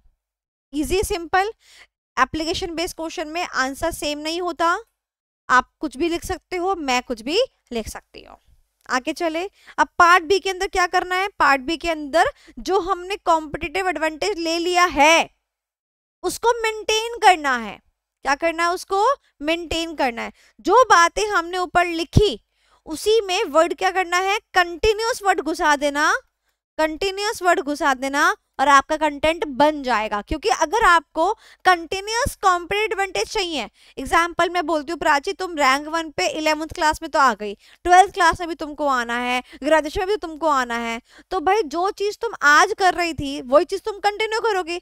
तो पढ़ाई कर रही थी, पढ़ाई को कंटिन्यू करोगी, 4 किताब से पढ़ रही थी, 4 किताब से पढ़ना कंटिन्यू करोगी, रोज लिख के देख रही थी, रोज लिख के देखना कंटिन्यू करोगी। तो जो तुम कर रही थी उसको क्या कर लोगी, कंटिन्यू कर लोगी, तो क्या करोगी, उसको सस्टेन कर पाओगी। बात समझ में आई?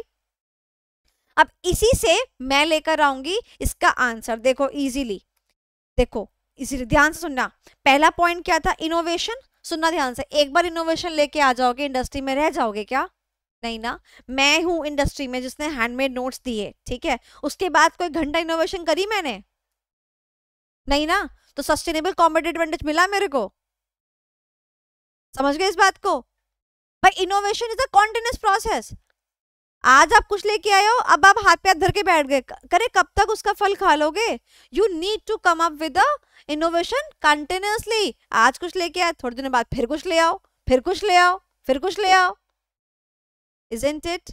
अब बात समझ में आई? क्लियर हुआ? मैं इन्हीं पॉइंट से सिखा रही हूँ आपको। अब बात करते हैं कॉस्ट एफिशिएंसी, इस पर भी मैं आपको बोलूंगी। कॉस्ट एफिशिएंसी, आज आप कॉस्ट इफेक्टिव हो गए, बट आपने आगे जाके जो है पैसा रूंदे की तरह इस्तेमाल करना शुरू कर दिया। अब आप कॉस्ट इफेक्टिव नहीं है। कॉस्ट इफेक्टिव नहीं तो कस्टमर आपके पास आएगा नहीं? आएगा। तो you have to maintain the cost effectiveness continuously. Second point ये बन गया।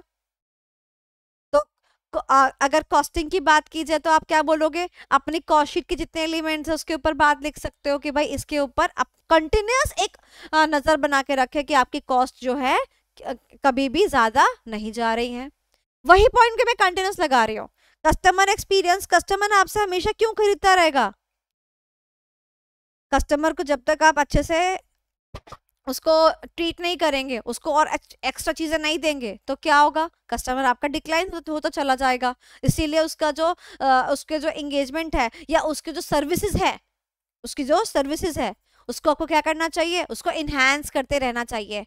तो कंटिन्यूअसली आप उसको क्या करो, कस्टमर के साथ इन्हांस करते रहोगे अपनी सर्विस को, तो कस्टमर भी आपका बन के रहेगा। तो यहाँ पर जो कस्टमर वाली बात थी मैंने वो उठा ली, यहाँ पर R&D वाली बात है मैं उसको भी ढा सकती हूँ।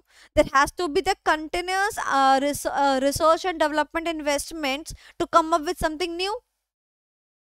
तो कंटिन्यूअस इज द वर्ड, तो sustainability is equal to continuousness. हर चीज में क्या लगा दो, कंटिन्यूटी लगा दो, कॉन्टिन्यूअस लगा दो। क्या करना है मेरे को, वो चीज मेंटेन करना है, कंटिन्यूटी में लेकर जाना है। कंटिन्यूटी छूटी और आपका सस्टेनेबिलिटी घटी, सिंपल इज दैट। ओके, सवाल पूछते जवाब दीजिएगा, सवाल पूछती हूँ जवाब दीजिएगा, ठीक है? ध्यान से सुनिएगा, मुझे बताइएगा। सो बेसिकली कंपनी थी, उसने ना अपने की सक्सेस फैक्टर के कुछ एलिमेंट्स थे, जैसे कि वो कंपनी जो है ना कॉस्ट इफेक्टिव किताबें बनाती थी, कॉस्ट इफेक्टिव बुक्स वगैरह देती थी, कॉस्ट इफेक्टिव बच्चों को क्लासेस देती थी, ठीक है? और क्या बोलते हैं, इनोवेशन भी लेकर आती थी, कभी कभी मैराथन लेकर आती थी, कभी कुछ लेकर आती थी, कोई नोट्स लेकर आती थी, ऐसे ऐसे सेशंस लेकर आती थी। और इस कंपनी ने जो है इंडस्ट्री के अंदर एक कॉम्पिटिटिव एडवांटेज अचीव कर लिया। But with the passage of time company ने जो है ना, कंपनी के पास इतने रिसोर्सेज नहीं थे, कंपनी के पास इतने फंड्स नहीं थे कि वो अपने कस्टमर्स को और अच्छी सर्विसेज प्रदान कर सके। उनकी बुक्स में जो डिलीवरी है वो लेट होने शुरू हो गई, एंड हैंस कस्टमर्स जो है डिप्राइव होने लग गए अबाउट ऑल द सर्विसेज जो वो यूज करना चाहते थे ऑफ दैट पर्टिकुलर प्लेटफॉर्म। आपको क्या लगता है कि was the company able to sustain the competitive advantage जो उसने अचीव किया था, yes or no? No. समझ में आ गया? अब मैं इस क्वेश्चन को दूसरा पूछती हूँ, was the company able to achieve the competitive advantage? Yes. But not sustain it. Sustain का मतलब अब तुम समझ गए हो, वो ऊपर तो उठ गया था बट उस लेवल को अचीव करके रख नहीं पाया, बिकॉज उसने कस्टमर के साथ में जो एक्सपीरियंस था वो एनहांस करके नहीं चला, उससे वो डिक्लाइन हो गया। मैं जब भी बच्चों को पढ़ाती हूँ ना, हमेशा बच्चे मुझे एक बात बोलते हैं कि मैम हम हमेशा ये चाहते हैं कि जो आप हमारे साथ इतना फ्रेंडली रहते हो, हमारे को आप एक्सप्लेन करते हो, आप अपना प्राइवेट टाइम भी हमें देते हो, आप हमें इतना हेल्प करते हो, बच्चों से बात करते हो, आप प्लीज़ इसको मेंटेन करना। मुझे वो चीज़ बोलते हैं बच्चे, आपको नहीं लगता कि this is one of the differentiating factor? इसका मतलब अब नेक्स्ट क्वेश्चन बताती हूँ। अगर कंपनी के पास कोई डिफरेंशिएटिंग फैक्टर था जिसकी वजह से उसने कंपटीशन में एडवांटेज अचीव करी, but with the passage of time उसने वो डिफरेंशिएटिंग फैक्टर क्या कर दिया, रिलीज आउट कर दिया, खत्म कर दिया, मिनिमाइज कर दिया, तो क्या वो सस्टेन कर पाएगा कॉम्पिटिटिव एडवांटेज? नहीं कर पाएगा। अब बात समझ में आई? अगर मुझे मेरा बच्चा मेरी इस बिहेवियर की वजह से, मुझे मेरा बच्चा हैंडमेड नोट्स की वजह से जानता है और मैं ही वही हैंडमेड नोट्स खत्म कर दूं, कंप्यूटराइज कर दूं, तो वो सब चीज़ें जो डिफरेंशिएटिंग एलिमेंट है वो क्या हो जाएगा, खत्म हो जाएगा। ऐसे क्वेश्चंस आपको एग्जाम में देखने को मिल सकते हैं। Did you like this question? Question समझ में आया, क्लियर हो गया? तो यहाँ पर हमारे पास में, जैसे आपको याद होगा, मैंने आपको विजन और मिशन स्टेटमेंट सिखाई थी इन चैप्टर नंबर 1। ठीक है, कभी भी किसी कंपनी की विजन मिशन स्टेटमेंट आती है तो आप कैसे ड्राफ्ट करते हो। यहाँ पर केएसएफ भी सेम रोल प्ले कर रहा है। केएसएफ के ऊपर कुछ भी क्वेश्चंस आ सकते हैं, वो मैंने आपको एक बार ड्राफ्टिंग सिखाती। 2 पॉइंटर्स हैं, कॉम्पिटिटिव एडवांटेज को अचीव करना, कॉम्पिटिटिव एडवांटेज को सस्टेन करना। ठीक है, ओके। तो मैं आपको ये बोलूंगी, इसका डायरेक्ट क्वेश्चन लिख के भले ही मत देखे, बट इसका application based question is really really very important. इसको एक बार खुद से ड्राफ्ट करके देखे। मैंने उसके ऊपर आई गेस 20 मिनट से ऊपर लगाया इस क्वेश्चन के ऊपर, तो इस क्वेश्चन में कुछ तो बात होगी। पता है क्या, कि अगर ये क्वेश्चन एग्जाम में आ गया ना, और मैं नहीं चाहती कि आप लोग इस क्वेश्चन को पीछे हटके करें, क्योंकि ये जो क्वेश्चन होगा ना, ये आपको दूसरों से अलग बनाएगा। बहुत सारे बच्चे इस क्वेश्चन को छोड़ देंगे और आप इस क्वेश्चन को अटेम्प्ट करके आओगे तो बड़ा मजा आएगा, है ना? मेरी नाक तो नहीं कटवाओगे ना? पक्का अच्छे से करके आओगे ना क्वेश्चन? ठीक है। और जितने बच्चों ने हमारे से टेस्ट सीरीज ले रखी है, ठीक है, वो सारे बच्चे जब मैं आपको पहले ही कह रही हूँ, गेट रेडी। जब चैप्टर नंबर 2 का टेस्ट होगा ना, तो आपको इस पर बेस्ड दूसरी कंपनी में आपको दूंगी। जैसे एग्जांपल, जब मोबाइल मैन्युफैक्चरर था ना, इसी पर बेस्ड दूसरी कंपनी आपको दूंगी, फिर आपको उस पर मुझे सेम क्वेश्चन ड्राफ्ट करके देना है। तो अगर आप लोग ऐसे हैं, वैसे तो हम अपने अभ्यास बैच में एक फुल सिलेबस टेस्ट दे रहे हैं आपको कॉम्प्लीमेंट्री, बट अगर आप ऐसे बच्चे हैं जो और अच्छे से लिखना चाहते हैं, तो मैं हमेशा कहती हूँ go with the chapter wise test. ठीक है, हमारे टेस्ट जो है स्टार्ट हो चुके हैं। आपको जो है अगर एनरोलमेंट कराना है तो आप करा सकते हो। तो उसके अंदर आपको ऐसे क्वेश्चंस देखने को मिलेंगे, फिर उनकी चेकिंग भी मैं करती हूँ। ठीक है, चेकिंग एक प्लस पॉइंट ये रहता है टेस्ट सीरीज के अंदर, कि जैसे एग्जांपल आपको मैं अभ्यास बैच के अंदर क्वेश्चन के आंसर्स चेक करती हूँ आपके सामने, ऐसे ही आपकी आंसर शीट, यानी जो आप जिसमें आप आंसर्स लिख के देंगे, वो मैं चेक करूंगी कि आपको नंबर मैंने काटे तो कहाँ कहाँ पे काटे, तो वो आपको मालूम पड़ जाएगा। ये प्लस पॉइंट रहता है। चलो आगे चले, कोई दिक्कत परेशानी की बात? तो ये क्वेश्चन में आपको क्या चीज पे ध्यान देना है? ये क्वेश्चन पे आपको ध्यान देना है ऑन द कीवर्ड्स। ठीक है, कुछ कीवर्ड्स हमने कॉन्सेप्ट से उठाए हैं, कुछ कीवर्ड्स हमने क्वेश्चन से उठाए हैं। लास्ट बट नॉट लीस्ट, इसका एक क्वेश्चन ये आ सकता है कि जो क्वेश्चंस आप केएसएफ के होते हैं उसमें उसके आंसर्स ड्राफ्ट कर दो based upon the given situation. ठीक है, दैट्स इट। तो इस क्वेश्चन की ड्राफ्टिंग में आप यही चीज करेंगे इन होमवर्क, कि क्वेश्चन लिखेंगे कि ये जो आंसर है इसको ड्राफ्ट करेंगे एबीसी के पॉइंट ऑफ व्यू से, मोबाइल टेक के पॉइंट ऑफ व्यू से। तो ये आपका होमवर्क होगा। ठीक है,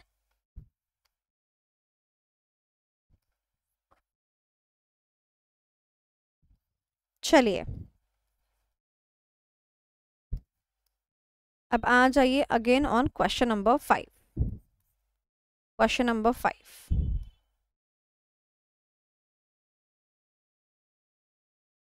चलिए आई बिलीव आपको क्वेश्चन देख के तो समझ में आ ही गया होगा, डायरेक्ट क्वेश्चन तो ये है नहीं, डिफरेंस बिटवीन क्वेश्चन है इनडायरेक्ट क्वेश्चन ही है। क्वेश्चन को रीड कर लेते हैं, जान लेते हैं कि केस स्टडी है या फिर ये एप्लीकेशन बेस्ड क्वेश्चन है।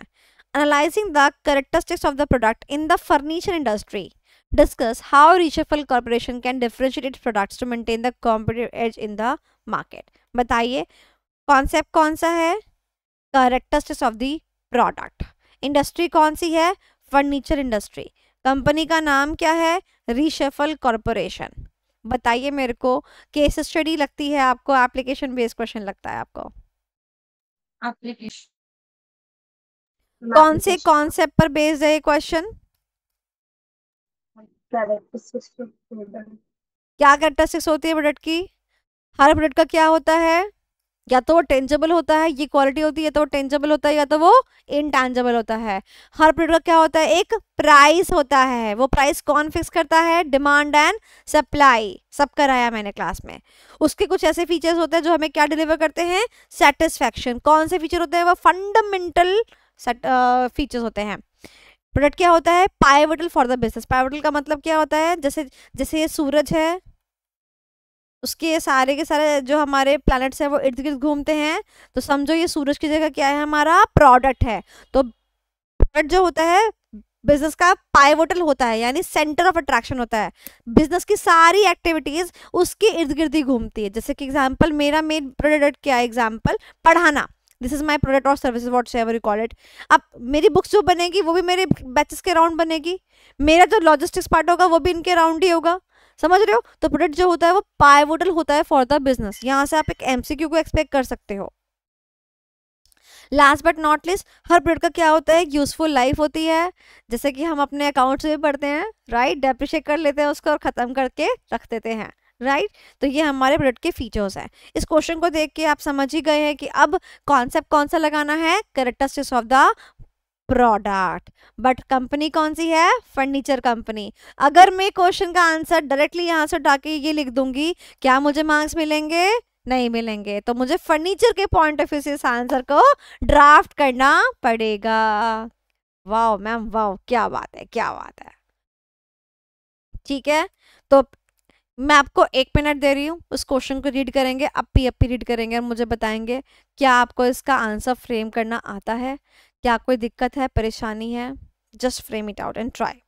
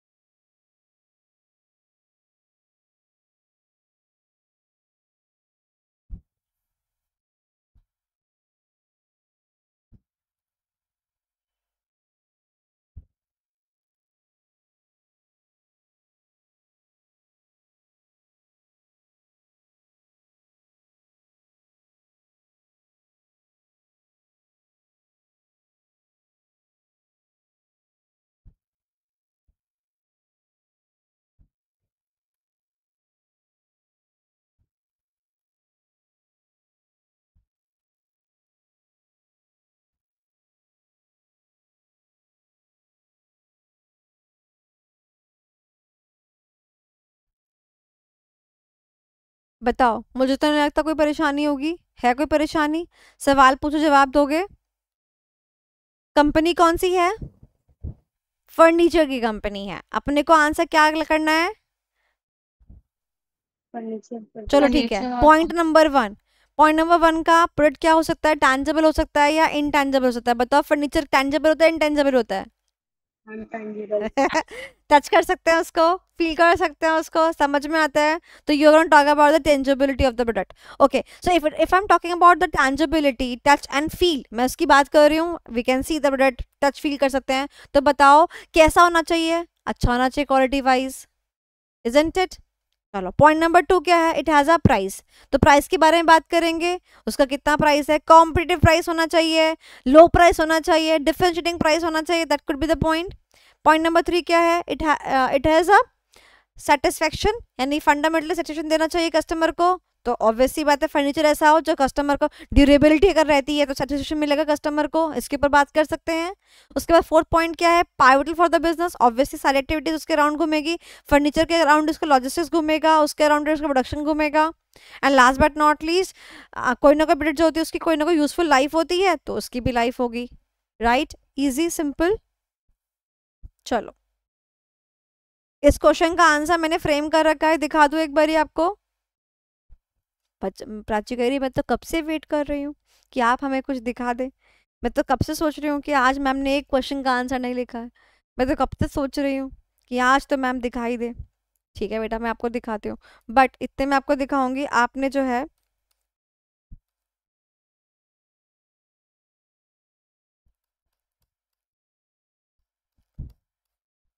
क्वेश्चन नंबर, मैं आपको बताती हूँ, इतने मेरे को दिखाती हूँ।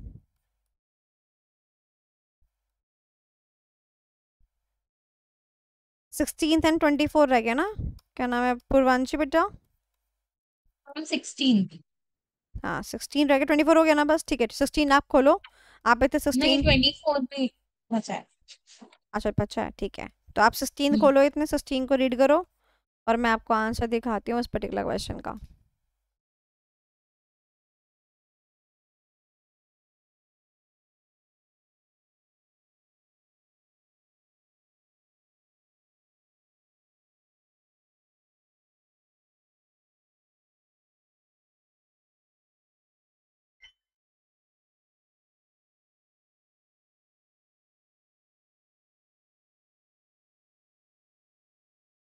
पढ़ लिया question?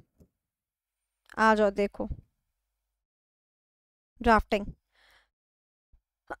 heading of this, now it is divided into two parts, obviously concept or introduction and then the analysis with respect to the furniture company. concept introduction क्या लिखा है मैंने? क्वेश्चन के अंदर ज्यादा कुछ तो है नहीं। सो बिजनेस प्रोडक्ट्स क्या हो सकता है? गुड्स हो सकता है, सर्विस हो सकती है, एक्सपीरियंस हो सकता है। ये बात मैं आपको अपनी क्लास में भी लिखवाती हूँ। ये देखो यहाँ से उठाई मैंने ये चीज, ये रहे। It can be a good, it can be a service और it can be a experience. Introduction part लिखा मैंने, ठीक है। उसके बाद जो है मैंने क्या करा, मैंने आपको बताया या तो डायग्राम लिख दो या फिर नॉर्मल हेडिंग्स लिख दो। मैंने यहाँ पे डायग्राम बनाया है, इजी सिंपल, यहाँ तक कोई दिक्कत। उसके बाद मैंने क्या किया है, कंपनी का एनालिसिस किया है। Analysis of Reshuffle Corporation furniture fixtures. मैंने कंटेंट की में स्टार्टिंग में लिखा to have a competitive advantage in the industry blah blah blah, उसको ये फीचर होने चाहिए। पहला फीचर क्या है? टेंजेबल और इंटेंजेबल के रूप में।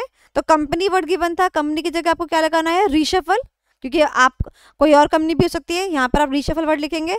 Reshuffle should focus on the tangible aspects. कौन कौन से एस्पेक्ट हो सकते हैं? Like the quality and innovation. खाली क्वालिटी वर्ड तो लिख सकते हो ताकि कस्टमर क्या हो सके? अट्रैक्ट हो सके, राइट। एंड मैंने एक बात और करी कि अगर मान लो आपकी बात में बोलूं गुडविल, गुडविल क्या होता है? It is an intangible aspect. तो अगर आप फर्नीचर इंडस्ट्री में अपना नाम बना लोगे तो it will create a goodwill. That means कि आप इसी चीज में आप क्या क्रिएट कर सकते हो? इंटेंजिबल एसेट भी क्रिएट कर सकते हो। ये एक ऐसी बात थी जो कि मैंने आपको एक्स्ट्रा बताई, समझ रहे हो? इजी है, वेरी इजी। आगे प्राइसिंग देखो, due to the online competition मुझे ऐसा प्राइस डिसाइड करना पड़ेगा जिससे कि मैं कंपटीशन में भी रहूं प्लस मुझे प्रॉफिट भी मिलता रहे, राइट। और अगर मेरे प्रोडक्ट के अंदर कुछ एक्स्ट्रा फीचर है तो मैं वैल्यू एडिट फंक्शन भी लगा सकती हूँ। यानी कि मान लो मुझे लगता है कि नहीं मेरे हैंडमेड नोट दूसरों से बेहतर है, तो हो सकता है कि मैं प्रीमियम प्राइस पे जो है सेल आउट करूँ, isn't it? तो मैं also consider giving any value addition to the product for justification of the higher value. अब मेरे हैंडमेड नोट्स 999 कर हैं, कोई बच्चा बोले अरे मैडम कैसी बातें कर दी आपने, 999 के मतलब 1000 रुपये का सिर्फ नोट्स कैसी बातें कर दी। तो there has to be justification. मेरा बच्चा, आपको सिटी मैट रेफर करने की जरूरत नहीं है, आईसीए पर टोटल सारे बेस्ड है, हैंड रिटन है, कंप्यूटराइज कॉपी पेस्ट करके नहीं बनाए हुए हैं, एंड कलरफुल हैं। तो क्या आपको नहीं लगता कि सामने वाले को जस्टिफिकेशन मिलना चाहिए? बिल्कुल मिलना चाहिए। उसके बाद कस्टमर को सेटिस्फेक्शन मिलना चाहिए, फंडामेंटल सेटिस्फेक्शन मिलना चाहिए, और हमेशा में क्या करना चाहिए? उनसे इनपुट लेते रहना चाहिए, क्योंकि क्या और चाहिए? पाइवोटल फॉर बिजनेस के लिए हमारे को क्या करना चाहिए? जो भी बाकी इर्द की चीज होती है उसके बारे में सोचना चाहिए। तो मैंने यहाँ पर मार्केटिंग की बात कर दी, आप लॉजिस्टिक्स की बात कर सकते हो, क्योंकि हम ये एप्लीकेशन बेस्ड क्वेश्चन ड्राफ्ट कर रहे हैं। बट ये बात तो क्लियर है ना कि it has to be pivotal, यानी main sector of the business होना चाहिए।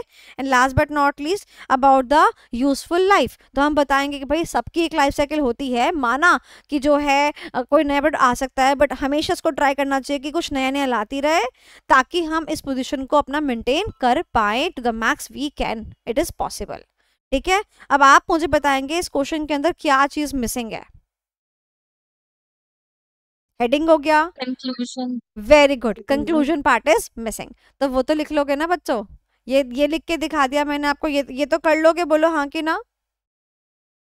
Yes. मैं ये आपको वहां पे नोट्स प्रोवाइड भी कर दूंगी। तो एक क्वेश्चन मैंने आपको यहाँ पे ड्राफ्ट करके दिखाया। अब देखो मैंने भी ये क्वेश्चन जो है ऐसे ही ड्राफ्ट करा है, अपने दिमाग से ड्राफ्ट करा है, आपको भी ऐसे अपने दिमाग से ड्राफ्ट करना है, बस आपको मैंने ड्राफ्ट करके दिखा दिया। कंपनी वर्ड मैंने इसलिए यूज किया बिकॉज रीशफल की जगह दूसरी कोई कंपनी होती है, मैं उसमें भी ये आंसर भेज सकती हूँ। ठीक है, ओके चलो, तो आपने बस हल्का सा ये जो है इन्हांसमेंट करना है कि आप कंपनी की जगह रीशफल कर देंगे एंड प्रोडक्ट वर्ड की जगह आप फर्नीचर वर्ड का इस्तेमाल कर देंगे and you are good to go with the answer. Done. आगे चले बेटा, क्वेश्चन नंबर 16 कर ले। क्वेश्चन नंबर 16 अच्छा क्वेश्चन है, मजा आ गया था इस क्वेश्चन को देखकर। अगर क्वेश्चन का ये पार्ट देखोगे तो बिल्कुल फुद्दू सा क्वेश्चन लगेगा, बट अगर क्वेश्चन का फर्स्ट हाफ पार्ट देखोगे तो लगेगा ओह माय गॉड कितना वाहियत क्वेश्चन है।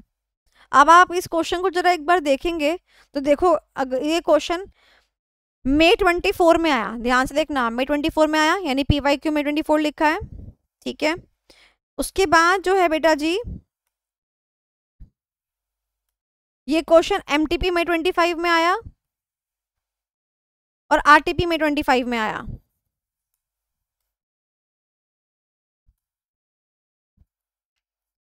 समझ रहे हो मेरी बात? समझ रहे हो तो अच्छी बात है फिर, ठीक है। चलो गाइज, आपने तो क्वेश्चन रीड कर लिया था ना, तो मुझे बताओ कॉन्सेप्ट कौन सा लगेगा?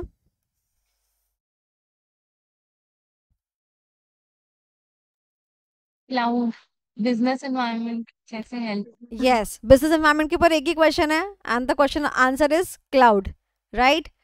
ओके, एंड इससे ये भी समझ में आ गया कि this is not a case study, this is a application based question. Topic का नाम क्या है? Business environment.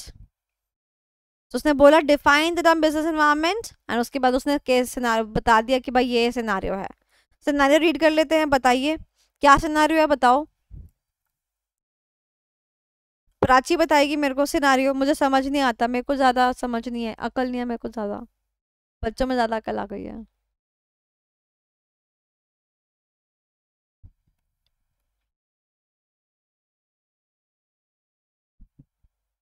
बताओ प्राची।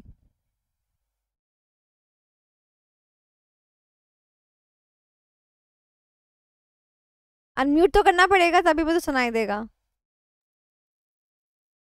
Yes, ma'am. हाँ बोलो।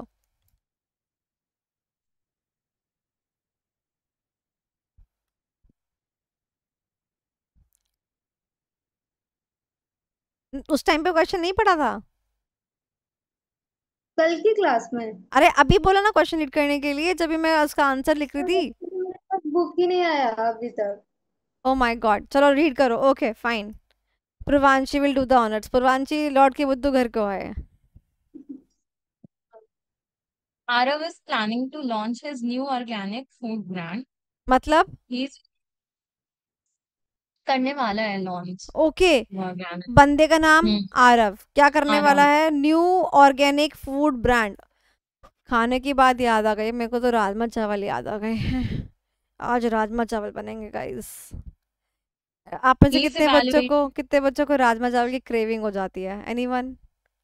राजमा चावल, कढ़ी चावल, ओहो हो, मतलब this is love, this is Indian love. आहा, मैं आज राजमा चावल खाऊंगी। बस मैं आज इसीलिए क्लास कर रही हूँ कि मैं दोपहर को राजमा चावल खाऊंगी और मेरे को कोई विजन ही नजर नहीं आ रहा है गाइस, क्या ही बताएं। होप सो कि राजमा चावल अच्छे बने। ओहो हो वाओ। गाइस, राजमा चावल, कढ़ी चावल, छोले चावल अच्छे लगते हैं ना? क्वेश्चन पढ़ लो, मतलब जरा सा खाने में बहा दूं तुम लोगों को तो बहते चले जाते हो। चलो पढ़ लो। अच्छा He is evaluating different cities across the country to establish his business in the most suitable environment. कह रहा है हर दुनिया के हर कोने में देख लिया कि कहाँ पर मैं ये बेस्ट कर सकता हूँ। ठीक है भाई, आगे। One promising option is Pune, a city known for its पता नहीं हर health-conscious एक बच्चा consumer. पुणे ही क्यों जाता है, पता नहीं ये भी पुणे ही क्यों जा रहा है, पता नहीं पुणे में ऐसा क्या है, मेरे को समझ ही नहीं आ रहा है पुणे में ऐसा क्या है। दिल्ली चलो पोल्यूशन वाली है, पुणे में ऐसा क्या है पता नहीं गाइस। सीए के बच्चे हों या ये आरव, सब पुणे चले जाते हैं, मतलब ठीक है। बताओ strong पूर्वांशी की distribution network बताओ पूर्वांशी पुणे क्यों गया? for its health-conscious consumers, strong distribution networks, and government initiatives supporting sustainable businesses. Okay, इसलिए गया, ये इसके कारण थे जाने के। ऑब्वियस ही बात है। देखो कि भाई जब तक हमें कोई बेनिफिट नहीं होगा हम उस जगह नहीं जाते। अब जैसे सारी जगहों में से जगह चूज करी, तो जगह चूज करने के पीछे रीजन क्या था? ये रीजन था। ठीक है भाई, आगे चलते हैं। Pune seems like with favorable policies, tax benefits, and access to experienced mentors. Experience mentor. अच्छा, उसको भी मेंटोरशिप की जरूरत थी? अच्छा, okay. Pune seemed like an ideal choice for Arav to launch and scale his organic food brand successfully. ओ, तो मतलब मुद्दा ये है। ठीक है। So have you ever aware about, have you ever read about this thing कि government subsidies देती है प्रोजेक्ट्स लगाने पर? सुना होगा कभी कभी। जैसे कि there is a place, popular place called as Uttarakhand, है ना? उत्तराखंड के अंदर ज़्यादा इंडस्ट्रीज़ नहीं है, तो जब आप इंडस्ट्रीज लगाते हो तो गवर्नमेंट क्या देती है आपको? सब्सिडी देती है कि आप इंडस्ट्री लगाओ, लोगों को यहाँ पर एम्प्लॉयमेंट दो, जनरेशन होगी, पर कैपिटल इनकम राइज होएगी। तो इसके लिए गवर्नमेंट क्या करती है? आपको उसके लिए पेमेंट करती है, राइट? सो ऐसे ही बंदा पुणे पहुंचा, है ना? कहते हैं हेल्थ कॉन्शियस कंज्यूमर है, क्योंकि मेरा देखो, मेरा ब्रांड, मेरा कंटेंट क्या है? Organic food. ऑर्गेनिक फूड कौन पसंद करेगा? Health conscious consumer. यार दिल्ली में तो भैया हम चाट पकौड़ी, है ना, हम मतलब बेड़मी पूड़ी, आलू की सब्जी, छोले भटूरे, पाव भाजी वाले लोग हैं हम ऑर्गेनिक फूड की बात कहाँ से कर लेंगे? कर लेंगे क्या? नहीं, ये इसको पुणे में ही जाना था। पुणे में हेल्थ कॉन्शियस कंज्यूमर थे, तो दो बातें मेरी यहाँ पे मैच कर गई, इसीलिए मैंने पुणे चूज करा। फिर क्या चूज किया? गवर्नमेंट के कुछ इनिशिएटिव भी थे जो ऐसे बिजनेस को क्या कर रहे हैं? सपोर्ट कर रहे हैं। नहीं नहीं, हमारा इंडिया में ना बीपी डायबिटीज की प्रॉब्लम इसीलिए तो है, लोग जो है इतना तला भुना खा रहे हैं। तो गवर्नमेंट ने इनिशिएटिव लिया कि हाँ ठीक है, हम भी आपको हेल्प करेंगे अगर आप ऐसा बिजनेस लेकर आते हो, और साथ ही में ओहो टैक्स के बेनिफिट भी देंगे, टैक्स बेनिफिट भी देंगे। ठीक है, तो अब क्वेश्चन क्या आता है कि भैया डिफाइन कर दीजिए business environment with respect to above scenario. Business environment क्या होता है? Anything which surrounds us is known as business environment. बच्चों ने पढ़ा होगा छठी क्लास की definition, anything which surrounds us is known as business environment, है ना? Explain how a business interaction with its environment can contribute to the development of the successful strategy. तो वो कहता है कि एक आदमी जो अपने environment की स्टडी करता रहे, एक आदमी जो अपने environment की स्टडी करता रहे, तो जब वो स्ट्रेटजी बनाएगा तो उसको ये जो स्टडी उसने करी है, ये जो कंटेंट उसने जो लिया है, वो कैसे हेल्प करेगा? तो ऑब्वियसली हेल्प तो करेगा। अगर आप बिजनेस एनवायरनमेंट को समझ जाओगे तो आपके लिए प्लस प्लस ही है ना। जैसे कि एग्जाम्पल, फेस टू फेस में ना मेरे को लोग आज तक कहते थे, आज तक क्यों कहते थे? आज तक इसलिए कहते थे, मुझे ना ये पता होता था कि कौन से कोचिंग इंस्टीट्यूट में कौन सी फैकल्टी कितने बैचेस लेती है, उसकी बैच में कितने बच्चे होते हैं, कौन सी फैकल्टी ने कौन सा इंस्टीट्यूट ज्वाइन करा, कब छोड़ा, कौन सी फैकल्टी, कौन से इंस्टीट्यूट के अंदर फैकल्टी की वैकेंसी है। हर एक चीज़ ना मतलब मुझे पता होती थी प्री कोविड। तो आई यूज टू बी द आज तक। तो किसी को अगर कहीं प्लेस करना होता था, किसी को फैकल्टी चाहिए होती थी तो मेरे किसी को बच्चे चाहिए होते थे, मतलब ये चीज़ रहती थी। तो मैं हमेशा एनवायरनमेंट की स्टडी करके रखती थी, बिजनेस एनवायरनमेंट की स्टडी करके रखती थी। तो ऑब्वियसली जब स्ट्रैटेजी डेवलप करने की बात आती थी तो ये मेरे लिए काफ़ी ज़्यादा हेल्पफुल होती थी। कैसे हेल्पफुल होती थी? तो देखो, ऐसे जैसे इसको हेल्पफुल है ऐसे मुझे हेल्पफुल होती थी। अब पॉइंटर्स देखो, इसी पॉइंटर सा बेस देखो ड्राफ्ट करते हैं, ये देखो, determine the opportunities and the threats. मैं बता देती थी कि भैया तुम्हारे लिए अपॉर्चुनिटीज है, तुम्हारे लिए थ्रेट है। मार्केट में मैं आपको बताती हूँ कि लक्ष्मी नगर के मार्केट में ना बहुत सारे प्लेयर्स थे, बट जेके शाह ऐसी कंपनी थी, एजुकेशन इंडस्ट्री थी में के अंदर, जो कि मुंबई बेस्ड थी। बट जब इसने कदम रखा दिल्ली में लक्ष्मी नगर के अंदर, तो मैंने लोगों को बता दिया, मैंने कहा it is going to be a threat, I am telling you that it is going to be a threat, but it is also going to be the opportunities for so many faculties जो लक्ष्मी नगर के अंदर underpaid है। मैंने वो चीज़ें बताई, ये बताया कि अब आप ग्रोथ कैसे कर सकते हो, ये बताया। कंटिन्यूस लर्निंग के बारे में बताया कि हाँ, जैसे ही हम एनवायरनमेंट की स्टडी करते हैं ना, तो हमारे को ना कंटिन्यूसली चीज़ें एनहांस होती रहती है, हम नॉलेज हमारी एनहांस होती रहती है कि ये चल रहा है, ये चल रहा है, इंडस्ट्री के अंदर ये चल रहा है, ये चल रहा है। इमेज बिल्डिंग, आपकी इमेज जो है, जब आपको पता होता है कि इंडस्ट्री में क्या चल रहा है क्या नहीं चल रहा है, उससे आपकी गुडविल भी बनती है। एंड मीटिंग कंपटीशन, आप कंपटीशन को मीट कर पाते हो क्योंकि आप स्टडीज को उस अकॉर्डिंग जो है डेवलप कर पाओगे, जिससे आपको क्या मिल सकेगा, कॉम्पिटिटिव एडवांटेज मिल जाएगा, क्योंकि आपको तो पता है इंडस्ट्री में क्या चल रहा है, इजंट इट? तो बताओ, क्या as a business person business environment को हमेशा स्टडी करते रहना चाहिए? जी हाँ, करते रहना चाहिए। इससे कुछ एडवांटेज मिलते हैं। एनवायरनमेंट से आप क्या करोगे, निमोनिक याद करोगे, क्लाउड, एनवायरनमेंट क्लाउड, ऐसे करके एनवायरनमेंट क्लाउड, साइंस वाला याद करके चलो। और ये लाइन बहुत इंपॉर्टेंट है, जब आपको एक क्वेश्चन आएगा तो यही आएगा, there is a close and continuous interaction between the business and its environment. Business को अपने एनवायरनमेंट की हमेशा से क्या करनी चाहिए, एनालिसिस करनी चाहिए, क्योंकि ये हमें क्या हेल्प करती है, हेल्प्स टू क्लाउड, कॉम्पिटिशन में बने रहने के लिए हेल्प करती है, हमें कंटिन्यूस लर्निंग प्रोवाइड करती है, हमें अपॉर्चुनिटीज और थ्रेट प्रोवाइड करती है, हमारी इमेज उस अकॉर्डिंग बनती है। जैसे कि मान लो, अरे वो तो पता ही नहीं, उसको तो कंपटीशन के बारे में क्या ही पता, और एक ये है कि नहीं, उसको सब पता है, डायरेक्शन प्रोवाइड करती है। अभी समझ में आया? Now on this particular question also I am saying that वो एरा चला गया जब ये क्वेश्चन पे, जब ये इस टॉपिक पे आपको डायरेक्ट क्वेश्चन देखने को मिलेगा। अब तो आपको इस पे एप्लीकेशन बेस्ड ही देखने को मिलेगा, इंडस्ट्री बेस्ड ही आपको ड्राफ्टिंग करनी पड़ेगी। तो ये आपको, तो ये जो क्वेश्चन है आपको कैसे ड्राफ्ट करना पड़ेगा, ऑर्गेनिक फूड ब्रांड के अकॉर्डिंग ड्राफ्ट करना पड़ेगा, आरएफ के अकॉर्डिंग ड्राफ्ट करना पड़ेगा। Is that clear? समझ में आ गया? सवाल पूछो, जवाब दोगे, क्वेश्चन की हेडिंग बता दो। Business environment. Business environment and its advantages, क्योंकि उसके एडवांटेज बता रहे हैं या कंट्रीब्यूशन बता रहे हैं, कंट्रीब्यूशन वर्ड यहाँ से ढा सकते हो, ठीक है? ओके। सेकंड, उसके बाद हेडिंग के बाद कंटेंट लिखोगे, तो पहले क्या लिखोगे, कॉन्सेप्ट लिखोगे। कॉन्सेप्ट में क्या लिखोगे, about the business environment. Business environment क्या होता है उसने खुद ही पूछा है ना, उसने यहाँ बोला है ना, define the term business environment. तो कहाँ से ढाओगे कंटेंट, यहाँ से ढाओगे कंटेंट। डायरेक्ट क्वेश्चन हो गया ये तो यहाँ पर। अगर आपको डेफिनेशन याद नहीं हो रही है तो मैं आपको डेफिनेशन याद कराऊं। बिजनेस एनवायरनमेंट क्या होता है, anything which surrounds it is known as environment. बोलो हाँ कि ना, anything which surrounds us is known as environment. बचपन में पढ़ा है, देखो हम कौन, हम ये रहे, मतलब ये क्या है, हमारी ऑर्गेनाइजेशन है, हमको जो जो सराउंड करता है वो क्या है, हमारा एनवायरनमेंट है।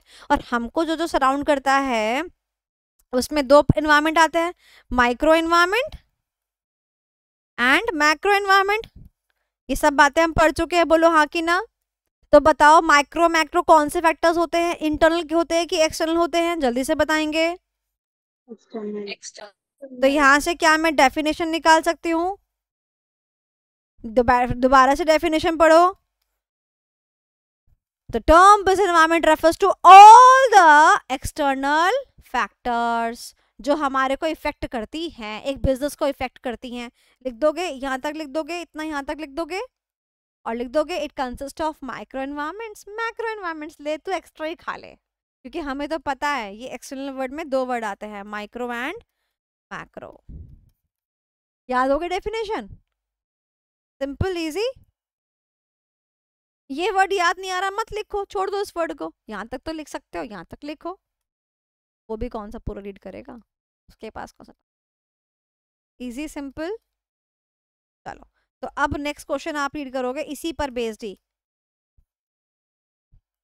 बताओ इस क्वेश्चन में क्या करना है, एंटिटी कौन सी है, क्या है, आप बताओगे मेरे को। Time starts now. प्राची, आपका मैंने पूछ लिया टीम से, पार्सल गया था, रिटर्न होके वापस आया है ना, ठीक है, मैंने डाल दिया था। अब एक बार दोबारा से देख लो, बात कर लो, बिकॉज चैप्टर नंबर 2 पे अपन है, बात कर लो एंड ट्रैकिंग आईडी जरा देख लो, ठीक है। लोकेशन क्या है तुम्हारी, पहले 2 एड्रेस दिया था मैंने। पहले दिया था एक बिहार का, तो यहाँ पे रिटर्न हो गया था, तो फिर मैंने झारखंड का दे दिया। ठीक है, ओके। तो उसका ट्रैकिंग कर रहे हो, कहाँ तक पहुंचा है? हाँ, फिर शो हो रहा था कि मेरे एड्रेस तक आया, फिर रिटर्न शो होने लगा दूसरी बार भी। झारखंड पे भी सर से बात करी आपने? हाँ, तो उन्होंने बोला कि वो पूछेंगे, कल मेरी बात हुई थी। हाँ, कल संडे था ना, तो कल कुरियर वाली कंपनी बंद रहती है। ठीक है, एक बारी पूछ लो। ठीक है, हम्म। वरना बिहार में अपने किसी फ्रेंड के एड्रेस पे मंगा लो। ठीक है, कुछ भी कर ठीक लो। है। ओके। अब बिहार में कहाँ की एग्जैक्ट है, तुम्हारा सिटी कौन सा है? बांका डिस्ट्रिक्ट। ठीक है, तो इसके इर्द गिर्द अपने सर को बोलना कि जो तुम्हारा डिस्ट्रिक्ट है ये, इसके इर्द गिर्द कोई बच्चा अगर रहता हो तो उस बच्चे से भी आप क्वेश्चन बैंक ले सकते हो। मतलब ऐसा भी देख, एक बार इस सर को बोलना, डेटाबेस में खंगाल लेंगे। ठीक है, चलो। तो अब ये बताओ, कंपनी का नाम क्या है, बंदे का नाम क्या है, कंपनी कौन सी है, बंदे का नाम क्या है इस क्वेश्चन के अंदर? यस। ओके, यश। क्या कर रहा है ये? स्टार्टअप। ओहो, स्टार्टअप, न्यू टेक स्टार्टअप है इसका, टेक्नोलॉजी के अंदर स्टार्टअप कर रहा है। ठीक है, इसने भी क्या किया, वही काम करा। और कहाँ पहुंचा ये? टेक कंपनी है तो कहाँ पहुंचेगी? बेंगलुरु। बहुत बढ़िया। और अब ये क्या करना चाहता है, वापस वही करना चाहता है। ठीक है भैया, बता सकते हो। सेम वही चीज लिखनी है। कंटेंट किसका आएगा, यश का आएगा। ड्राफ्टिंग किस पर बेस्ड होगी, आपके पॉइंटर्स पर बेस्ड होगी। ठीक है, चलो।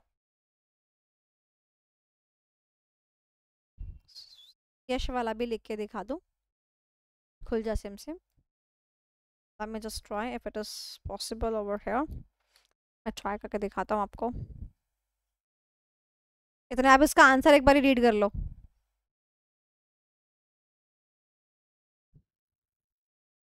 हाँ जी, सो इसका आंसर मुझे अभी मिल नहीं रहा, मैं डाल दूंगी इसके अंदर। खोजना बहुत मुश्किल है। चलो, अब बताओ मेरे को कि इस क्वेश्चन के अलावा 24th एक क्वेश्चन था आई गेस, जो बीच में रह गया है। तो 24th क्वेश्चन पर आते हैं और आपका होमवर्क डिसाइड करते हैं। और मुझे एक चीज़ और डिसाइड करनी है आपकी इस क्वेश्चन के बाद। क्वेश्चन नंबर 24 बच्चा पूर्वांशी कह रही है कि ये वाला क्वेश्चन रह गया, तो मैं करा देती हूँ, but this is a direct question. As you can see, what factors can determine the nature of rivalry. तो आपको राइवलरी वाले सारे पॉइंट्स लिखने हैं, डायरेक्ट क्वेश्चन है ये एक। तो बस 1 मिनट का लगना था। ठीक है, okay. So we are done with question number 24 as well. Remaining questions we will be doing in the next class. ठीक है, एंड मैं हड़बड़ी मचाना नहीं चाहती। यश वाला क्वेश्चन भी मैं आपको दे दूंगी, लिखा हुआ है, मैंने कहाँ लिखा वो याद नहीं रहता। ओके, तो अब मैं आपको बता देती हूँ हमारे पास क्वेश्चन जो बचे हैं, question number 4, question number 3, 2 question बचे हैं। ठीक है, ओके, बाकी सारे क्वेश्चन हमारे हो चुके हैं। तो बताओ क्या कहते हो, अगली क्लास में कंप्लीट कराऊं या इसी क्लास में कंप्लीट करा दूं? हाँ, खत्म कर दीजिए। क्योंकि आज हमने हाँ जी, केस आधी कर दीजिए। खत्म कर दो, फिर आ जाओ, आ जाओ, फिर आ जाओ, चकदे फट्टे कर ही देते फिर हम। ये वाला क्वेश्चन तो बेहतरीन है, मतलब ये वाला क्वेश्चन बेहतरीन, इसका तो मुझे आंसर भी मिल गया, मतलब वाओ, वाओ वाला क्वेश्चन है, मजेदार क्वेश्चन है। जब ये क्वेश्चन पहली बार मैंने देखा था ना मेरे को ऐसी हंसी आई थी, मैंने कहा ओ माय गॉड, क्या डाल दिया बच्चों के लिए, ये मजा ही आ गया। और फिर उसके बाद में जब मैंने बच्चों को ये क्वेश्चन ना टेस्ट पेपर में भी दिया करने के लिए, फिर बच्चों के देखे तोते उड़ते हुए, आहा। चलो गाइस, बात करते हैं इस पर्टिकुलर क्वेश्चन की। तो क्वेश्चन बहुत कमाल का है, और इस क्वेश्चन को मैं रीड करूंगी, क्योंकि इस क्वेश्चन के लास्ट लाइन को पढ़ने के बाद फिर भी आप घूमेंगे जरूर। तो using the concept of customer behaviour, चलो ठीक है, कस्टमर कॉन्सेप्ट का नाम बता दिया इसने, कस्टमर बिहेवियर। मैं तुरंत छलांग मारती हूँ और कहाँ जाती हूँ, अपने इस टॉपिक के ऊपर। टॉपिक का नाम क्या है, कस्टमर बिहेवियर। ये टॉपिक तो आपको अच्छी तरह पता है ना। कस्टमर कौन है, तुम हो, कैसे बिहेव करते हो। पहले बाहर की बातें सुनते हो एक्सटर्नल इन्फ्लुएंसेस क्लास लेने के लिए, फिर अंतरात्मा क्या कहती है, इंटरनल इन्फ्लुएंसेस, फिर दोनों को मिला के क्या करते हो, डिसीजन मेकिंग लेते हो, और फिर उसके बाद क्या करते हो, अब पछताए क्या हो जब चिड़िया चुग गई खेत, पोस्ट डिसीजन प्रोसेस। यानी कि आप कॉन्सेप्ट एक बार रिकॉल कर चुके हैं मेरे साथ में, customer behaviour. Very very good. अगर आपको एक कॉन्सेप्ट थरली समझना है तो यूट्यूब पे मेरा वीडियो गिवन है, आप यूट्यूब पे जाकर मेरा जो वीडियो है इस पर बेस अच्छे से कॉन्सेप्ट को कर ले। This it is an important question. तो यहाँ पर वीडियो सेक्शन में जाकर आप क्या कर सकते हैं, आप इस कॉन्सेप्ट को देख सकते हैं। मैंने यहाँ पर डाला हुआ है ये कॉन्सेप्ट, और इसके साथ साथ मैंने बहुत सारे डाल रखे हैं, जैसे कि आपका strategic group mapping, value chain analysis के ऊपर डाल रखा है, ये भी इसी चैप्टर का ही पार्ट है, वैल्यू चेन एनालिसिस ये डाल रखा है मैंने यहाँ पर। ठीक है, तो आप इन टॉपिक्स को अच्छे से कर ले जो मैंने डाल रखे हैं।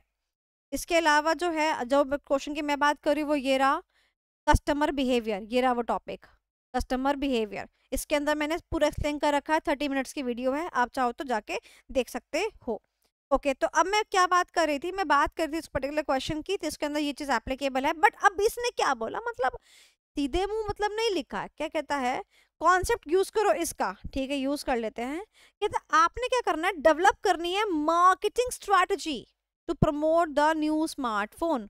मैं बात तो समझ गई कि भैया एक कंपनी होगी स्मार्टफोन वाली, ठीक है, तो उसने क्या निकाला है, उसने एक नई मार्केटिंग स्ट्रैटेजी उसने एक नया कोई फोन निकाला है। उस नए फोन को प्रमोट करने के लिए ये आपसे पूछ रहा है कि भाई एक मार्केटिंग स्ट्रैटेजी को डेवलप करके दे दो, और ये सोचते हुए कि कस्टमर का बिहेवियर कैसा रहता है। तो इसको ऐसे समझो कि यहाँ पर मैं कौन हूँ, यहाँ पर मैं हूँ वो कंपनी जो कि उस फोन को प्रमोट करना चाहती है। किसको देना चाहती है वो फोन, प्रमोट किसको करना चाहती है, कस्टमर्स को देना चाहती है, राइट। तो बेसिकली मुझे कस्टमर का बिहेवियर अगर पता होगा, जो कि एक कॉन्सेप्ट है, तो मैं क्या कर पाऊंगी, अच्छे से फोन को प्रमोट कर पाऊंगी। अब मेरे को बात समझ में आ गई। ओके, तो कस्टमर ऐसे करके कंटेंट, ऐसे करके कोई भी चीज लेता है, फिर चाहे वो स्मार्टफोन हो या क्लासेस हो, पहले वो बाहर की बातें देखता है, फिर अंतरात्मा क्या कहती है वो देखता है, फिर डिसाइड कर लेता है, और फिर उसके पास पोस्ट डिसीजन कुछ काम करता है। तो ऐसे करके अगर कस्टमर काम करता है तो मुझे मेरी मार्केटिंग भी उसी अकॉर्डिंग क्या करनी पड़ेगी, देखनी पड़ेगी। अब सबसे पहले मान लो ऐसे समझो, आप YouTube तो देखते हो ना, आजकल YouTube पे कैसे चलता है, आजकल तो क्या होता है ना कि कोई भी नई चीज आती है तो हम लोग क्या करते हैं, उसको यूट्यूबर्स के पास भेज देते हैं, और यूट्यूबर्स क्या करते हैं, उस पर वीडियो बनाते हैं, देखो देखो ये सोनाली मैम की बुक है, हाँ, ये हमारी हैंडमेड बुक्स है, दिखाई देती हूँ मैं, है ना, ये देखो ये हमारा क्वेश्चन बैंक है ना, ऐसा है ऐसा है, ऐसे करके हम किताब दिखाएंगे, इसमें देखो कलर्स हैं, ऐसे हैं, ओ ये इतने पेजेस में सम अप है, ये है वो है, दिखाते हैं। होगा, हम क्या कर रहे हैं यहाँ पे, स्मार्टफोन को प्रमोट कर रहे हैं, तो हम ये काम करेंगे।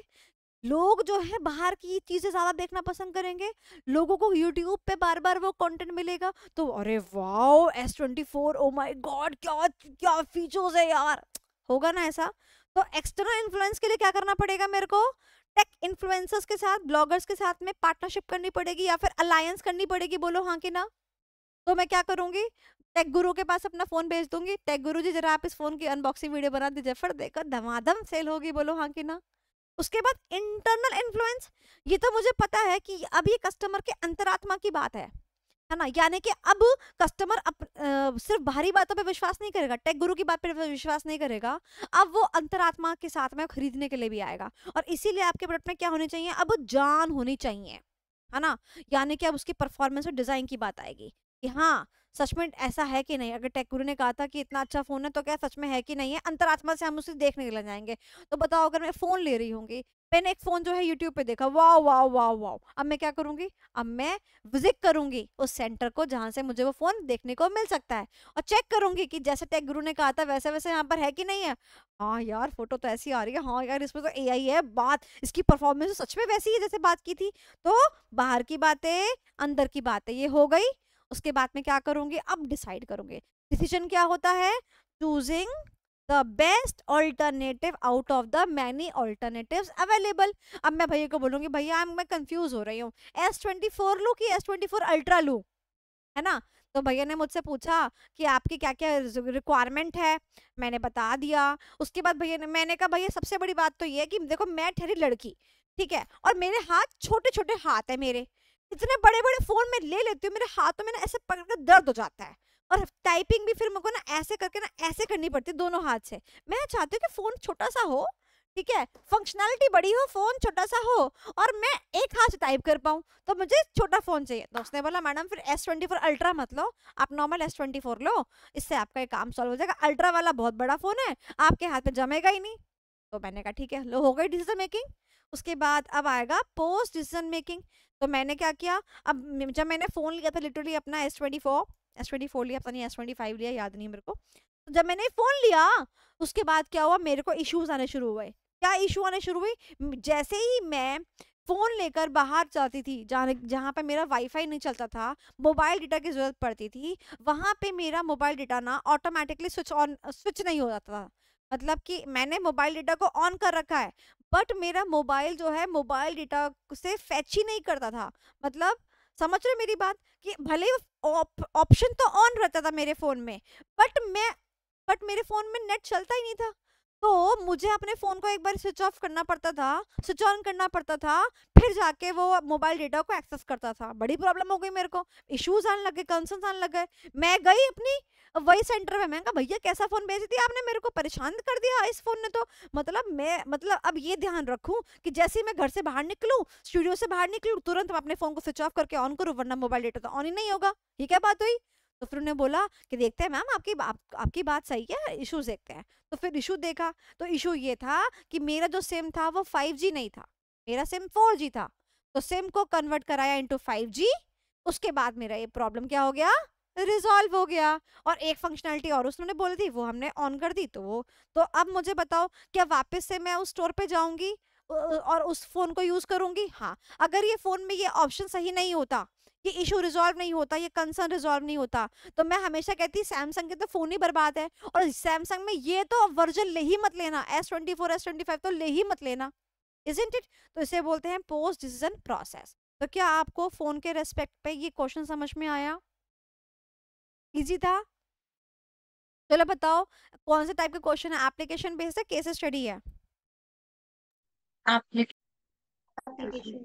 चलो फिर हेडिंग बताओ, हेडिंग आप बताओ, कंटेंट मैं आपको बताऊंगी। हेडिंग आप बताओ, कंटेंट मैं आपको बताऊंगी। बताओ। Customer behaviour. कस्टमर बिहेवियर, बस ठीक है, डन है। अब उसके बाद में हेडिंग के बाद में क्या लिखोगे, कॉन्सेप्ट वगैरह लिखोगे? कस्टमर बिहेवियर का पूरा कॉन्सेप्ट लिखोगे, यस और नो? देखो ये लिखा कॉन्सेप्ट और उसकी मार्केटिंग स्ट्रेटेजी। कॉन्सेप्ट में क्या लिखोगे, कस्टमर बिहेवियर को जो भी आपके कंटेंट में यहाँ लिखा हुआ है वही आप लिखोगे यहाँ पर। चाहे आप अपने हैंडमेड नोट्स में देख लो, ये देखो ये रहा, यहाँ से मैं यहाँ से उठा रही हूँ, कहीं से भी आपको जो भी आप पॉइंट लिखना चाहो आप लिख सकते हो, कोई दिक्कत की बात नहीं है। Understand the customer behaviour is important for effective marketing strategy so as to satisfy the needs of the customer to have the more sales. मैंने फालतू बकवास करी है ना, आप भी बकवास कर सकते हैं। उसके बाद जो है मैंने यहाँ पे क्या बना लिख दिए, पॉइंटर लिख दिए। मैं चाहूँ तो क्या कर सकती थी, डायग्राम बना सकती थी, याद आ गया। चाहूँ तो पॉइंट लिख सकती हूँ, चाहो तो डायग्राम बना सकती हूँ, पर इसमें डायग्राम में ध्यान रखेंगे इसका डायग्राम ऐसे ही बनेगा, ठीक है। इसका डायग्राम आप एक पिच पर ही लेके आ सकते हैं। ध्यान रखिएगा ये 1 है, ये 2 है, यानी कि एक्सटर्नल ये रहा, एक्सटर्नल इन्फ्लुएंस ये रहा, इंटरनल ये रहा, ये दोनों साथ में आके फिर डिसीजन मेकिंग होता है। तो ये याद रखिएगा इस केस में, ठीक है, डायग्राम में ये याद रखिएगा। उसके बाद क्या होगा, कंपनी के लिए करूंगी मार्केटिंग स्ट्रेटेजी। मैंने कंटेंट कहाँ से उठाया, किताब से, क्वेश्चन से। सबसे पहले एक्सटर्नल इन्फ्लुएंसेस, फिर इंटरनल, फिर डिसीजन मेकिंग, उसके बाद पोस्ट डिसीजन मेकिंग। तो देखो मैंने क्या लिखा, utilise the online platforms and create the hype of the product. अपने लैंग्वेज में लिखा ना, ये सारे वर्ड आपको किताब में नहीं मिल रहे बट मैंने लिखा। फिर मैंने लिखा इन्फ्लुएंसर्स जो है उनके साथ में आप पार्टनरशिप कर सकते हो, प्रमोशन कर सकते हो। जैसे कि example, unboxing of mobile by famous YouTuber Technical Guruji. अपनी लैंग्वेज में लिख के दिखाया मैंने आपको ये आंसर, इजी सिंपल लगा। अब इंटरनल की बात करते हैं। अपीलिंग प्रॉपर्टीज होनी चाहिए, यानी कि अच्छा अपीलिंग होना चाहिए। अच्छे प्रॉपर्टी का मतलब क्या होता है, कैमरा, बैटरी लाइफ, स्पेसिफिकेशन के बारे में बात कर रही हूँ। और प्लस आपका जो यूनिक पॉइंट है वो क्या होना चाहिए, उस फोन में हाईलाइट होना चाहिए। जैसे कि आपने देखा हो सैमसंग का फोल्ड आता है, ऐसे करके फोल्ड कर देते हैं, देखा होगा फोन, तो उसका यूनिक फीचर होता है ना, वो चीज आप उसका हाईलाइट जरूर करोगे। उसके बाद जो डिसीजन मेकिंग, आप बताओगे सुटेबल इन्फॉर्मेशन, ताकि वो क्या कर सके, डिसाइड कर सके। जैसे कि उन्होंने मेरे को प्रोवाइड कराया कि अच्छा आपको छोटा फोन चाहिए, मैंने कहा हाँ आईफोन जितना छोटा होना चाहिए और फंक्शंस जो होने चाहिए वो अच्छे आईफोन वाले होने चाहिए, बट आईफोन नहीं होना चाहिए। I just hate Apple. कैसे कैसे कैसे बोल सकती हूँ मैं, बट ठीक है। ओके, पोस्ट डिसीजन में क्या है, फीडबैक आना चाहिए और सपोर्ट आना चाहिए। मैंने आंसर लिख दिया और कंक्लूजन इज मैंने ड्राफ्ट करके आपको दे दिया। कैसा लिखा आंसर, अच्छा लिखा आंसर? मैं आपको प्रोवाइड करा दूंगी ये आंसर भी। बताओ, इजी सिंपल समझ में आ गया, कोई दिक्कत परेशानी? Okay guys, welcome back to this question. Easy था, अच्छा था। चले आगे, डायग्राम बना के आओगे, यही डायग्राम आपको बनाना है। बिफोर मूविंग ऑनवर्ड्स, तो जो आपका ये वाला क्वेश्चन है, इसको कस्टमर बिहेवियर कहते हैं, कंज्यूमर बिहेवियर कहते हैं, ठीक है। इस क्वेश्चन को आप एप्लीकेशन बेस के लिए रेडी करके रखें, ठीक है। डायरेक्टली क्वेश्चन मुझे भी नहीं लगता कि अब आएगा इस पे एप्लीकेशन बेस्ड, यानी कि जो हमने इससे पहले किया था बिजनेस एनवायरनमेंट वाला क्वेश्चन और कस्टमर बिहेवियर वाला क्वेश्चन, ये दोनों टॉपिक ना नए टॉपिक आए थे। तो पहले पहले ये क्या आए, डायरेक्ट आए, उसके बाद से ये ना कैसे आ रहे हैं, इनडायरेक्ट फॉर्म में आ रहे हैं, एप्लीकेशन फॉर्म में आ रहे हैं। ओके चलो, तो last question, question number 3। Question number 3, ये क्वेश्चन अच्छा क्वेश्चन था, हटके क्वेश्चन था, शायद बच्चों ने पकड़ा भी, कुछ बच्चों ने छोड़ा भी। तो आइए क्वेश्चन रीड करते हैं। Jan 25 का क्वेश्चन है, रिपीट होने के चांसेस मुझे ना के बराबर लगते हैं, तो अगर आप छोड़ना चाहें तो अप्रॉक्स इसको सितंबर 26 तक इसको छोड़ सकते हैं, ठीक है, मतलब जस्ट रीडिंग लगा के जा सकते हैं। ओके, तो क्वेश्चन क्या है, इंटरनेशनल डेवलपमेंट, ओ इंटरनेशनल, गो गो गो गो गो ग्लोबलाइजेशन। इंटरनेशनल डेवलपमेंट का मतलब इंटरनेशनलाइजेशन यानी कि ग्लोबलाइजेशन।